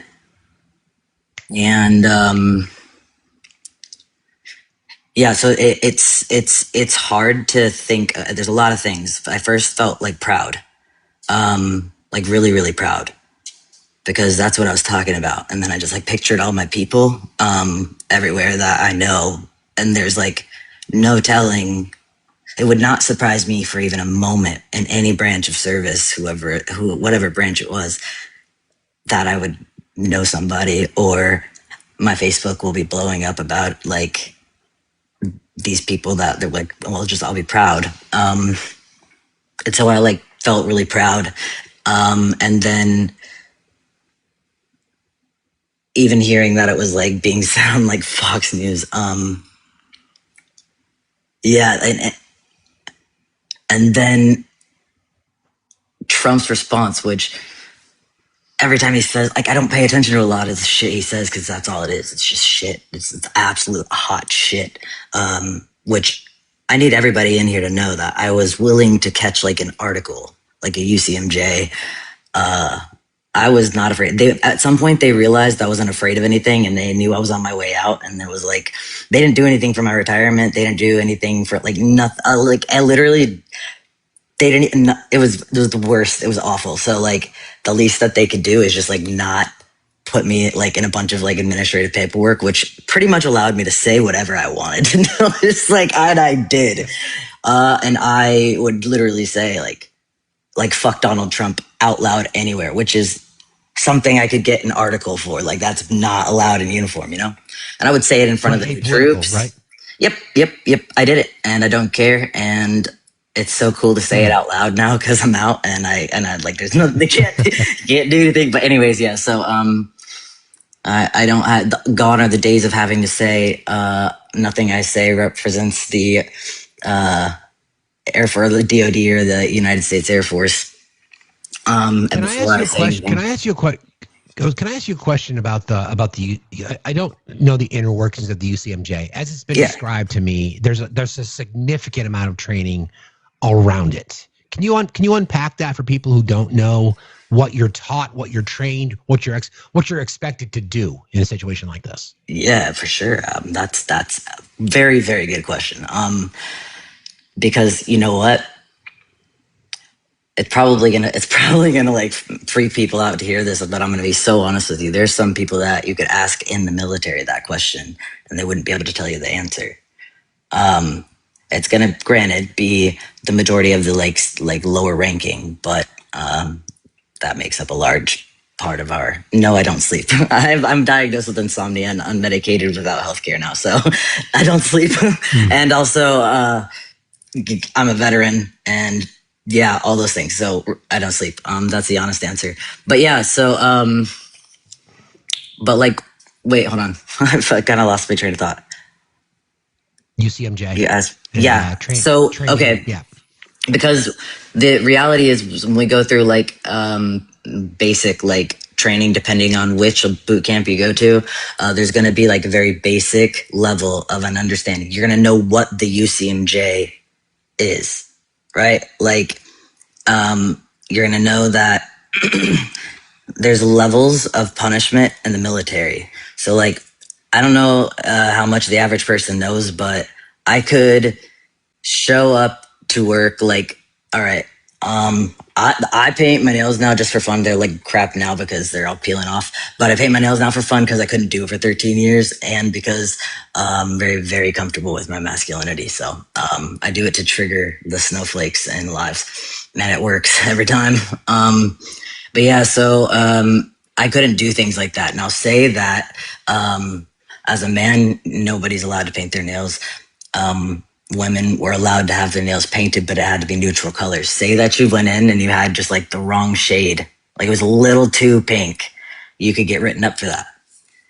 If you got written up for that again because you didn't get it off in time, then that like it's a progression of paperwork. So you're gonna learn this process of punishment in boot camp, and the worst part of it is gonna be like the UCMJ. You're gonna know that that's the ultimate because that's where you get like caught up with like federal law.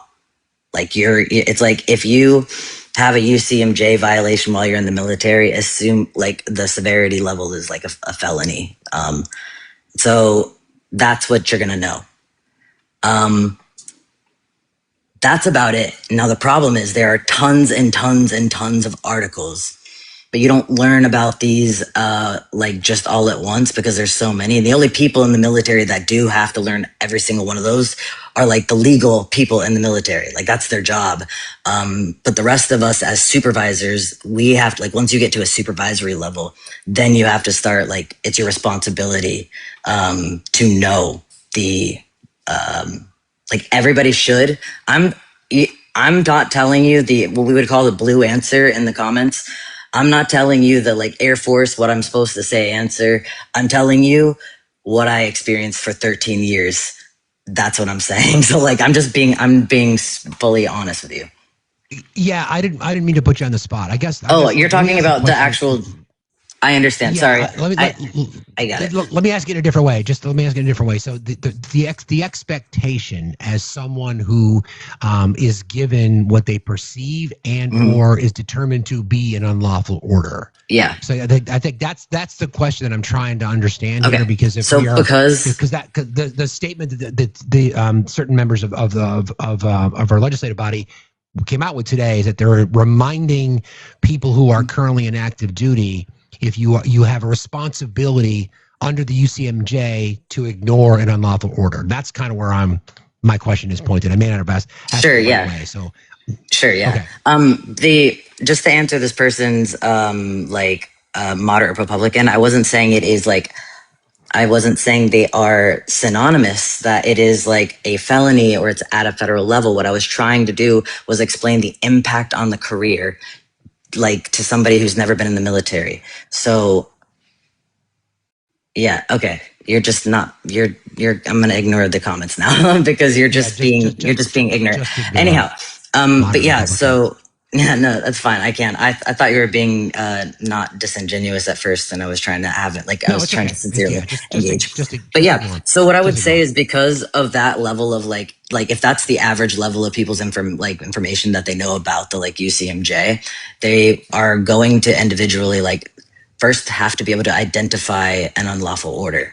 That should be pretty easy, but there's been situations where like my troop got put in a situation where our commander ordered him to do something behind my back that was unlawful. And because him and I just like casually chatted and like we hated this guy, he ended up getting fired.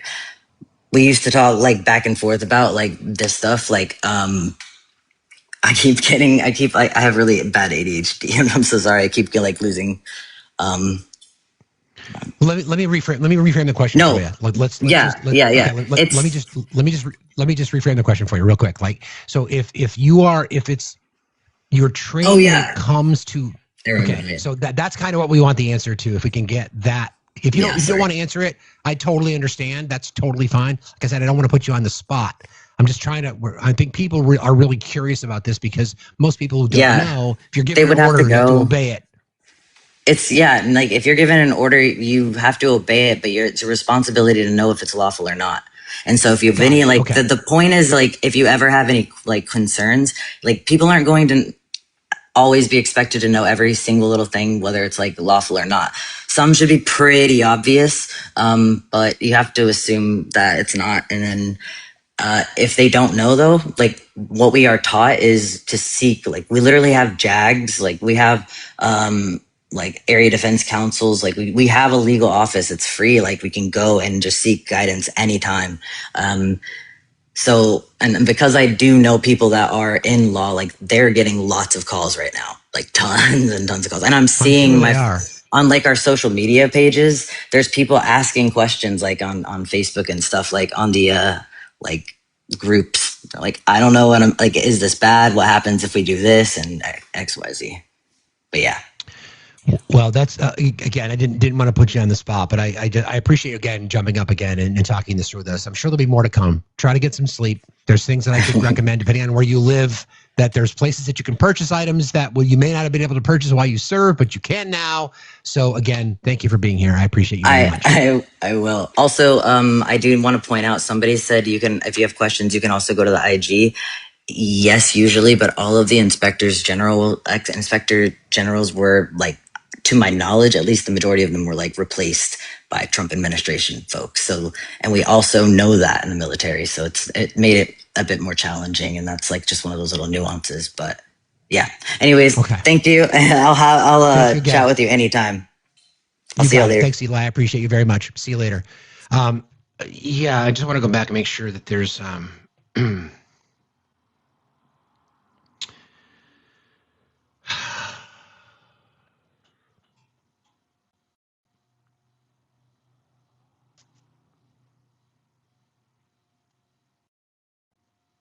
comments on these posts are so disturbing.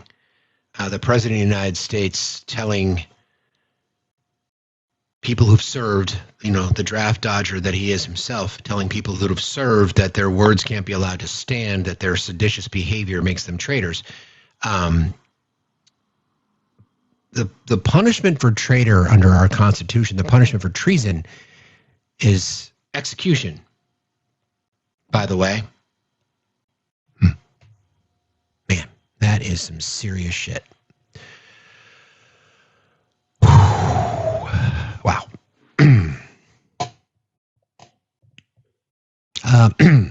Keep tapping, friends. Good morning, Ty. Good morning, Tyreek. How are you? Continue on Liberty Road for 1.5 miles. I can't hear you. I can't hear you. Use background noise. Are you driving? Yeah, sorry, I'm driving.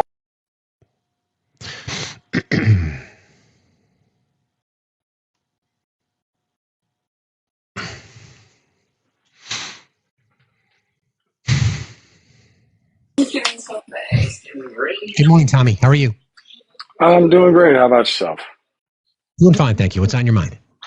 So, I wanted to say, thank you, Eli, and thank you for being candid and also for your service. I'm veteran myself, but I've been out of the military for the last almost 13 years. So I'm sure things have changed a lot. I know I had a lot of friends who were still in that got the opportunity to transition under Biden, and it was really awesome that they got that opportunity, and absolutely terrible that then the opportunities were taken from them. So I have a lot of sympathy and empathy for Eli and people like Eli. It's really, really unfortunate.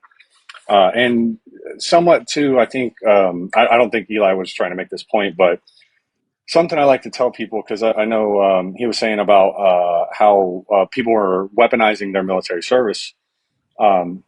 And I just want people to remember there are bad people in every profession. It doesn't matter what the profession is. And we tend to lend credibility to certain people in certain professions, including veterans.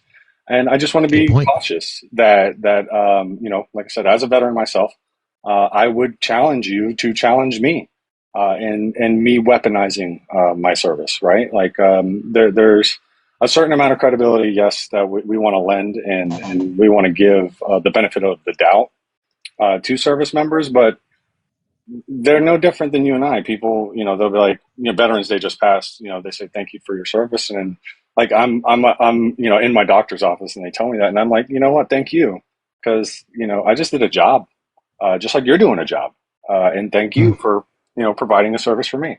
I appreciate it. It goes both ways. I just want to caution people about that. That remember that. Not everyone should be given the benefit of the doubt just because they have a moniker, whatever that moniker is. But again, go ahead. Sorry. I was going to say something you said. You're right. It's like we've been conditioned to default to respect for someone, perhaps because they put on the uniform. Thank you, by the way, Tommy. Thank you for your service. But you're right. I mean, it doesn't matter. You said it very, very well. There are bad apples in every profession, every walk of life, every neighborhood. So just because you wear the uniform does not give you immediate respect. You can respect someone. I would be very careful. I want to say this. You can respect someone for putting their hand up to take the oath, right? It doesn't mean that person necessarily is a good person, right? Yep. Exactly. I'll always remember that. Yeah. Can just briefly your response to the president saying these people should be because Democratic elected members of Congress are urging their fellow veterans to say is the right term that you're expected to ignore an unlawful order? I just don't know the language. You must disobey an unlawful order. There is no it is in Article 92, which is one of the articles of the UCMJ. It's probably one of the most widely known and the most widely used in NJP, non-judicial punishment, which is the main form of punishment in the military. And basically that is you must obey lawful orders is what the article states. But that there's a converse to that. You also must not obey a unlawful order under that same article. But to your question to Eli also about how do we know whether it's lawful or not? That isn't really necessarily something, at least in my profession. I was on a submarine, so we weren't necessarily put in a lot of positions in which we would be carrying out unlawful orders that hadn't been personally hand down a chain that goes, all the way to the presidency. So I think more often than not, the people who would be subjected to unlawful orders are, in a smaller chain of command out in the field, and they have to make field decisions. And for instance, one that I can try to say without, being TikTok friendly would be the unaliving of unarmed civilians, right? If you're ordered to do that, that is an unlawful order and you must not follow it. And that's what they mean by you are subject to the UCMJ and the following of lawful and unlawful orders. But it is a somewhat gray area to Eli's point that I don't know what every single stipulation that would make something lawful or unlawful. There is a certain amount, I think, personal judgment that we have to put in there until we are able to consult like a JAG that can tell us, yes, I believe that's lawful, or no, I believe that's unlawful. But you could always question it, though. You could be like, I don't believe that's lawful. I need guidance, right, before I'm able to perform my duties. And that might mean you get relieved of command and someone else then has to carry out those orders. But the point I think is that they're trying to make is we need to do that. As leaders in the military, we need to question anything that might be questionable. And there's nothing wrong with that. There's nothing wrong in the military with having with questioning that specific thing. I'm not saying you can't like unfettered question your orders, but if there is a question whether it's lawful or not, you have a duty to know whether it is lawful or unlawful. So that would be my answer to it. I really appreciate you breaking that down for us. Thank you so much. I think I'm gonna try it. I just made a note to my mods. I'd love to speak to somebody connected to the JAG Corps just to kind of understand that a little bit more, because what I don't want to have, and I really appreciate you and Eli, doing the best you can to break it down. Of course, every circumstance can't be covered. There's no possible way to know. It just adds to the in theater duress that people who've served are already under. So, but I really appreciate that breakdown. Thank you so much for doing that for us, Tommy. And again, thank you for your service. I appreciate you. Yeah, thanks for having me, Steve. Thanks for what you're doing. I greatly appreciate it. Y'all have a good one. Thank you, man. You too. See you later. It's fascinating to me. It's just not a world that I know, and I can only imagine being like in a situation like this. So, once again, the commander in chief, the president of the United States, saying that people in Congress who've served, who put their hand up to defend the Constitution, is being lectured by someone who dodged the draft and is at every fucking turn is violating the Constitution, and that individual is calling for them to be considered traitors. Man, that is just the statement again. Just so as we're tracking this in real time from the president. This is really, unless there's something new, let me just double check. This is really bad and dangerous to our country. Their words cannot be allowed to stand. The words that he's referring to are the statements that are being made by Democratic elected officials, saying that, remember your oath, basically. In all caps, seditious behavior from traitors. Lock them up, ? President DJT.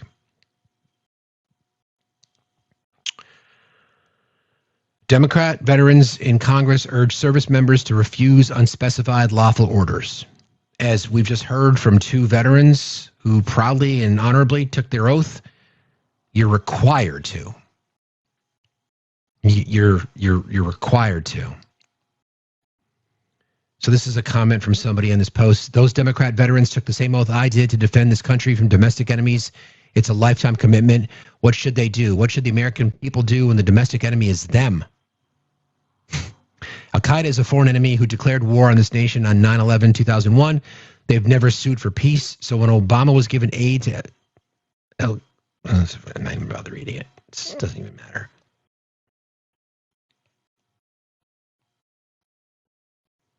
People commenting to @real Donald Trump saying that they being people who served, who took the oath. Thank you, Sam. And as a reminder, thank you for this reminder. Today is Transgender Day of Remembrance. So there's that too. Thank you for that reminder, Sam.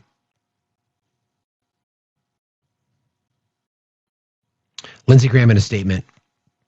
I don't think I've ever been on a show more unnerving than tonight. You've got U.S. senators and members of the House suggesting to our men and women in the military that they should be disobeying unlawful orders issued by President Trump and his military.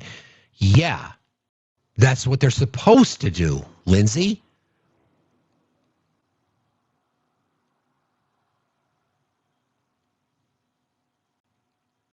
Okay.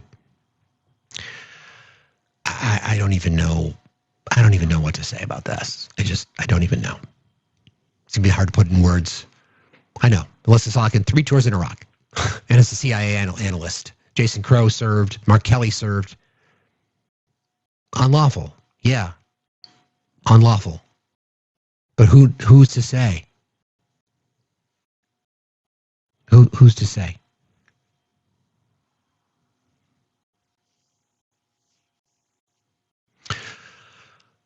Tammy Duckworth, so many. This is what we're doing now?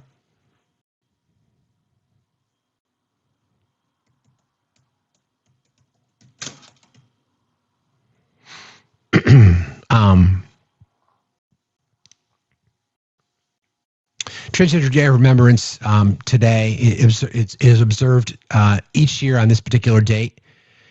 Day honors the memory of transgender individuals lost to violence and provides an opportunity for communities to come together in remembrance. You can participate by attending and organizing a vigil on this date. For this year, the theme is Lives Remembered, Futures Reclaimed. Transgender Day of Remembrance, November the 20th, each year.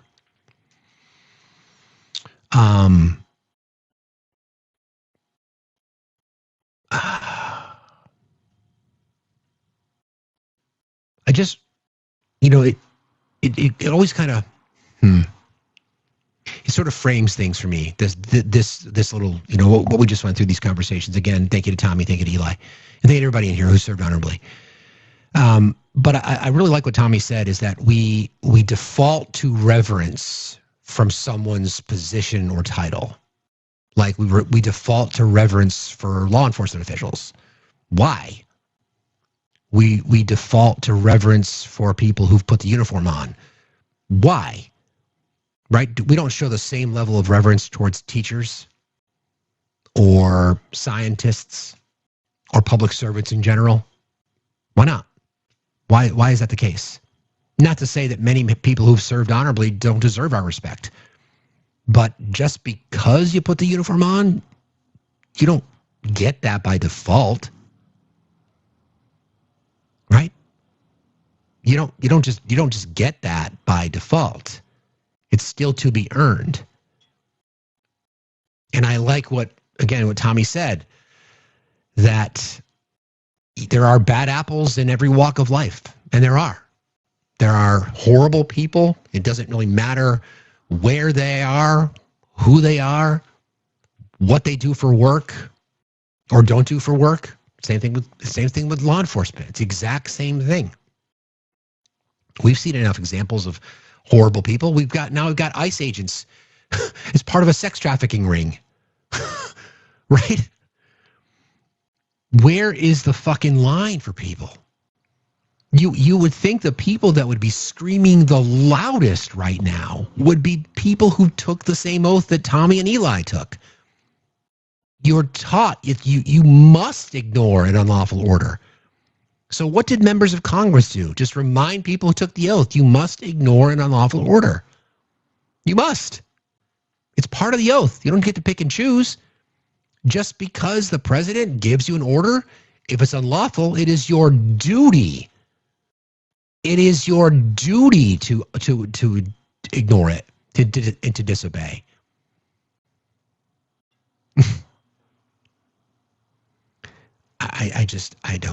I don't get it, man.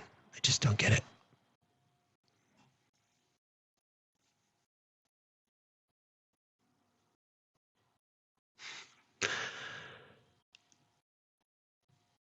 The people that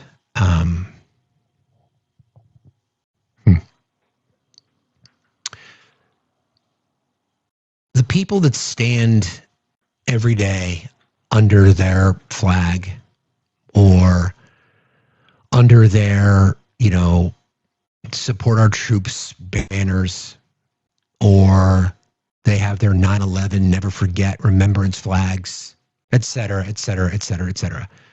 You would think, they also hanging next to their Trump flag most likely, you would think that they would be the ones that would be screaming the loudest after al-Shara, Syrian president, former jihadist, in the Oval Office on Veterans Day, and then MBS. Where are they? Where are those people? Where are those patriots? You fucking traitors can never again ever claim to be a patriot. Ever. You're a Christian fucking nationalist.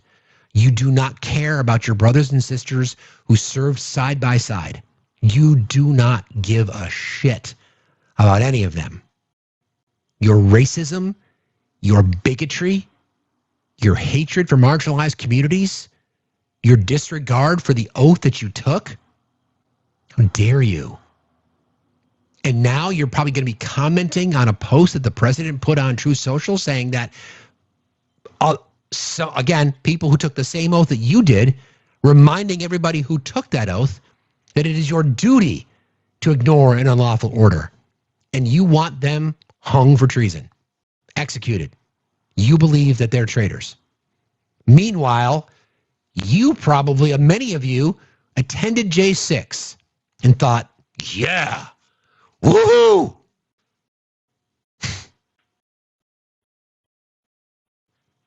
Damn. It's hard to go back to anything after talking about that. But I'm going to play some sound from Eugene Vindman because there's more to the MBS story. And I'm going to play this for you, and I'm going to take a quick little break, and we'll talk about it. Yeah, seek recognition. I seek unanimous consent to address the House for 1 minute and permission to revise next time my remarks. Without objection, the gentleman is recognized for 1 minute. Mr. Speaker, given the president's disturbing and counterfactual defense of Saudi Crown Prince Mohammed bin Salman today, I feel compelled to speak up on behalf of Mr. Khashoggi and his family and the American people. During my tenure on Trump's White House National Security Council staff, I reviewed many of Trump's calls with foreign leaders. Of all the calls I reviewed, 2 stood out as the most problematic. The first we all know, it was between President Trump and President Zelensky, which resulted in President Trump's first impeachment. The second was between President Trump and Mohammed bin Salman. After the murder of journalist Jamal Khashoggi, I reviewed a call between the president and the Saudi Crown Prince. The American people and the Khashoggi family deserve to know what was said on that call. If history is any guide, the receipts will be shocking. I call on the president to release that transcript. And honestly, does anyone believe that the Zelensky call was the only problematic conversation Donald Trump had with a foreign leader? Thank you. I yield back. The gentleman yields. It's just more of the same. My God.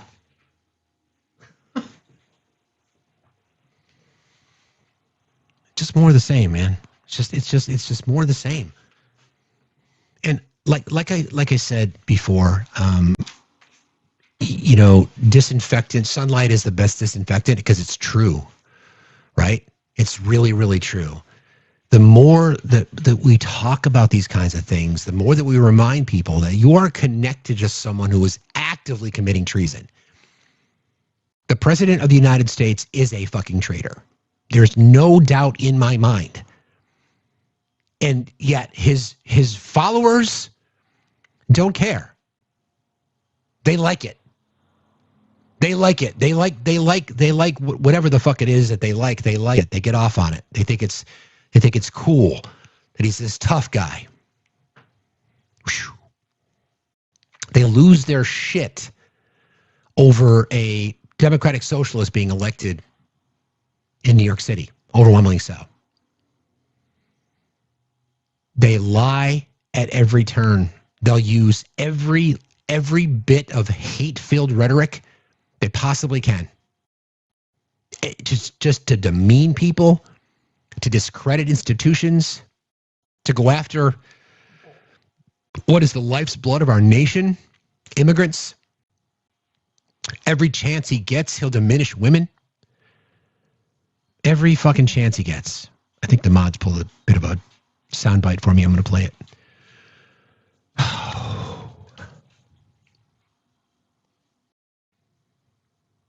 It's called seditious behavior at the highest level. Each one of these traitors to our country should be arrested and put on trial. Their words cannot be allowed to stand. We won't have a country anymore. An example must be set. That is from the President of the United States. In comment to the statement made by Democratic elected officials.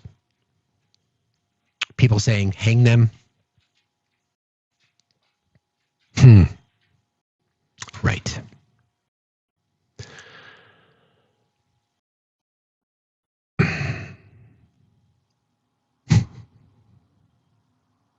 Unreal. Unbelievable. This is a bit of a montage. We were discussing this earlier of some of the things that Trump has said about female reporters over the past few months. I'm just going to play this because I need to collect my thoughts. Will you let me finish my statement? You are the worst. You're with Bloomberg, right? You are the worst. I don't know why they even have you. Quiet. Fake news. When you say that, darling, that's fake news. Well, why would you use the Department of Defense? Listen, be quiet. Listen. You don't listen. You never listen. That's why you're second rate. What he did, well, you don't know much about crypto. You know nothing about nothing. You fake news. Let me do it now. I'm sorry, that's enough. Don't even need to play it. I don't need to know anymore. I don't need to know anymore.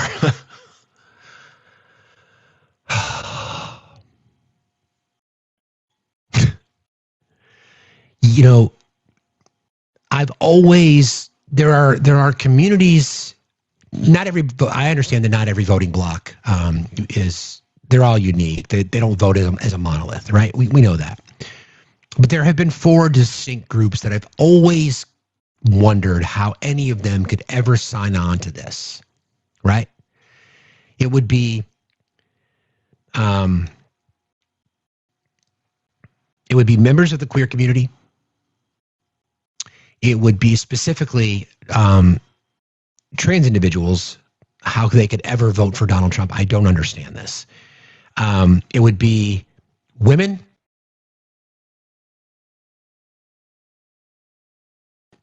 Right? It would be people that are in the working class, especially people who work in, like the farming sector and agriculture, the ones that are getting ripped off the most, and veterans and active duty. The degradation, the things that he has said about your community, the things that he has said, immigrants as well. Yeah, of course. There's so many, but those are the ones that pop into my brain, right?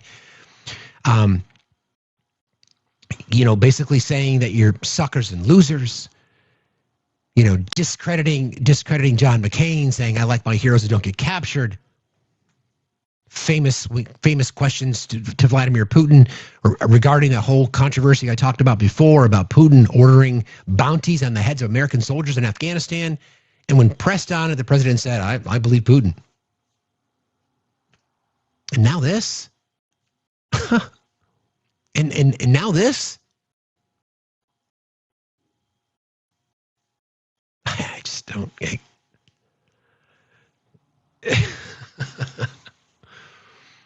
It's an uncomfortable laugh because it's uncomfortable to talk about just the people who just will get on board and just don't care.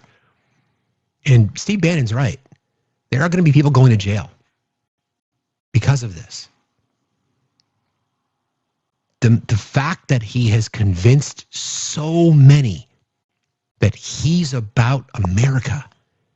No, he's about using the power of America to enrich himself.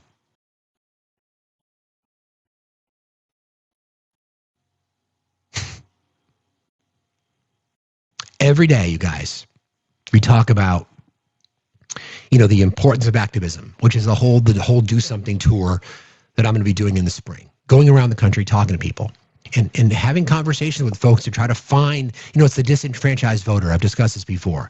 I look at the 90 million people that didn't vote, again, not monolithically, but I look at them in two separate categories.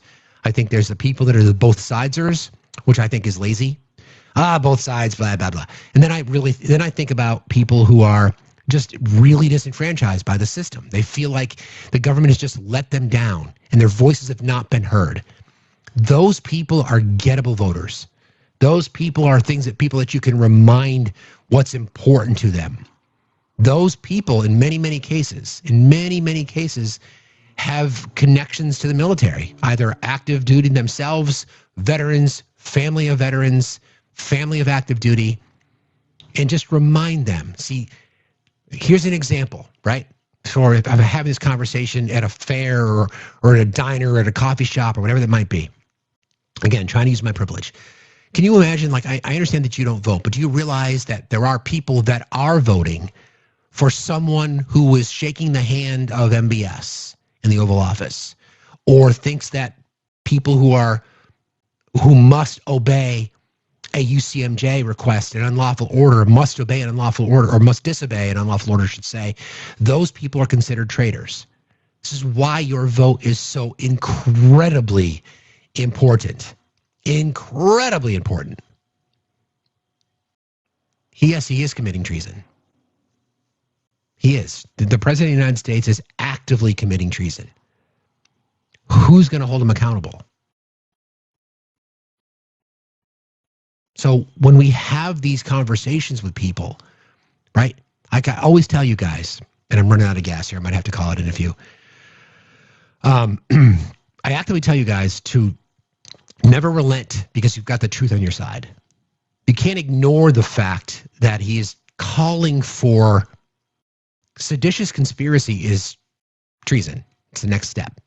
Treason under our Constitution is punishable by death. Members of Congress, there are Republicans who have served. They understand. Where are they? I don't know. It's wild. Good morning, Ba. How are you? Ba, are you there? Are you driving? Sorry.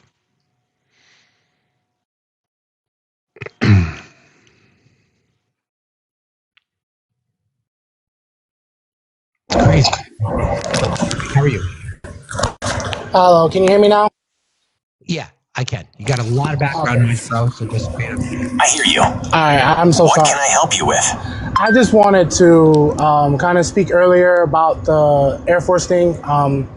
I served 5 years in law enforcement in Florida, and I went into law enforcement when I saw a lot of injustice happening in my own community. And I wanted to be a part of something that I thought at the time could help change the world, or, just help change my community. I have moved on from law enforcement and now seeing everything that's going on. As a 32-year-old man, I am now taking the next step in my search to help wherever I can. And I have signed on to join the Air Force. I understand the hurdles and the problems that I have ahead of me, but what stops me from attempting to make a difference? I have a master's degree in criminal justice. I also have a second degree in business management and finance. and criminology, certifications in criminology and everything like that. So my aim is to go and be a part of the JAG program, so that I can provide people that are in the situations that they're in right now with proper and right leadership. I don't think what's happening right now is okay in any which way, shape, or form. But I also know that you can't be on the outside and expect change. You have to get on the inside and do it yourself.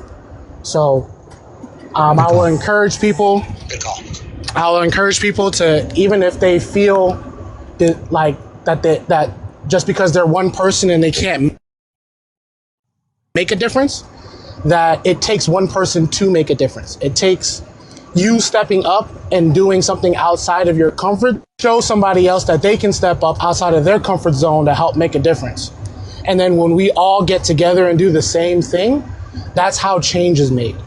And that is how we leave a world better than the world we stepped into.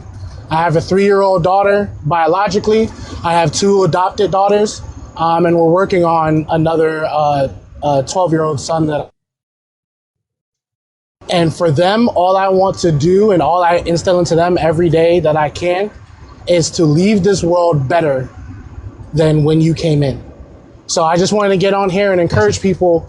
You're never too old. You're never too old to make a difference. And making a difference is never too hard for you to do.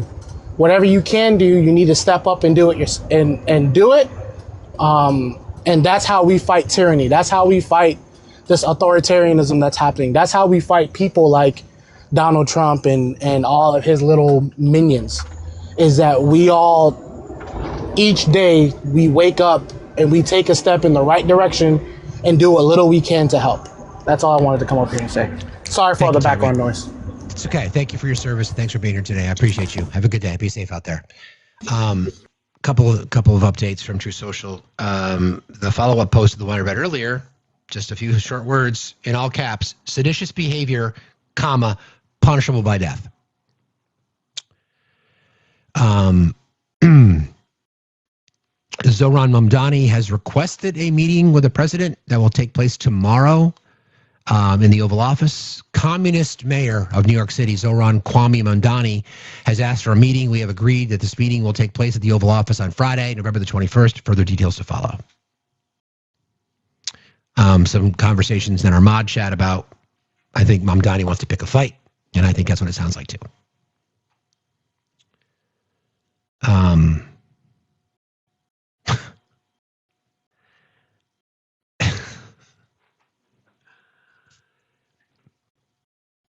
Here's my ask of Trump supporting members of the military and or veterans. You took the same oath that members of Congress who've reminded you that you must disobey an unlawful order. You took the same oath that they did. The exact same one. The exact same one. Right? Your guy, the President of the United States, is referencing sedition because of their duty to remind their fellow, thank you, Minnie, thank you very much, to remind your fellow veterans and or active duty of just that. And your president on True Social is referencing sedition, and the penalty for sedition is death. I want you to live, I want you to swim in that shit for a little while, you pathetic fucking traitors.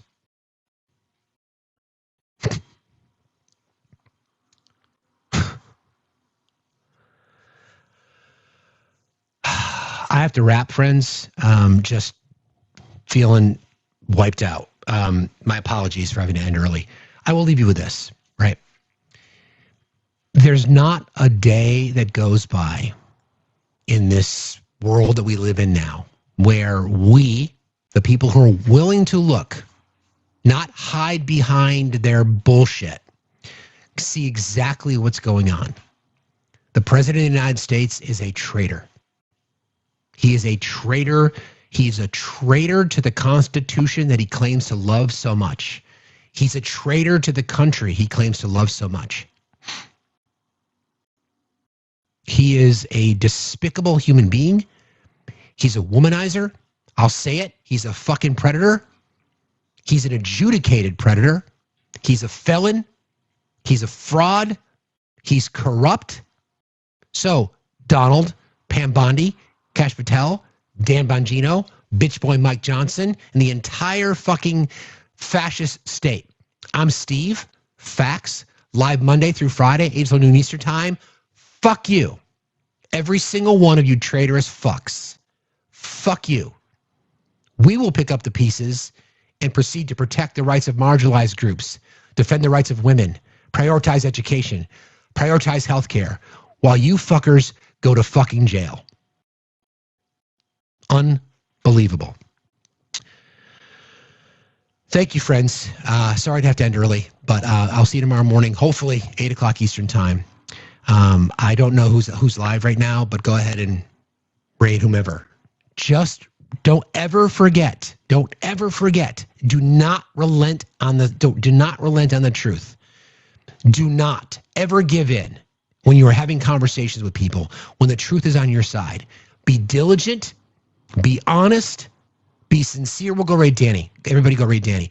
Be diligent, be honest, be sincere, be accountable, and hold them to this shit. Remind every fucking Trump supporting voter out there what just happened today. Calling for the death of other members of active duty members and or veterans who's serving, who took the same fucking oath that they did, reminding their fellow patriots, so to speak, that they have a duty, an obligation that they must abide by, they must ignore unlawful orders. Go raid Danny. Tell her we said hello. I love you guys. Thank you, mods. Thank you, chat. Thank you, guys. We'll see you tomorrow morning, hopefully 8 o'clock Eastern time. Until then, peace. And remember,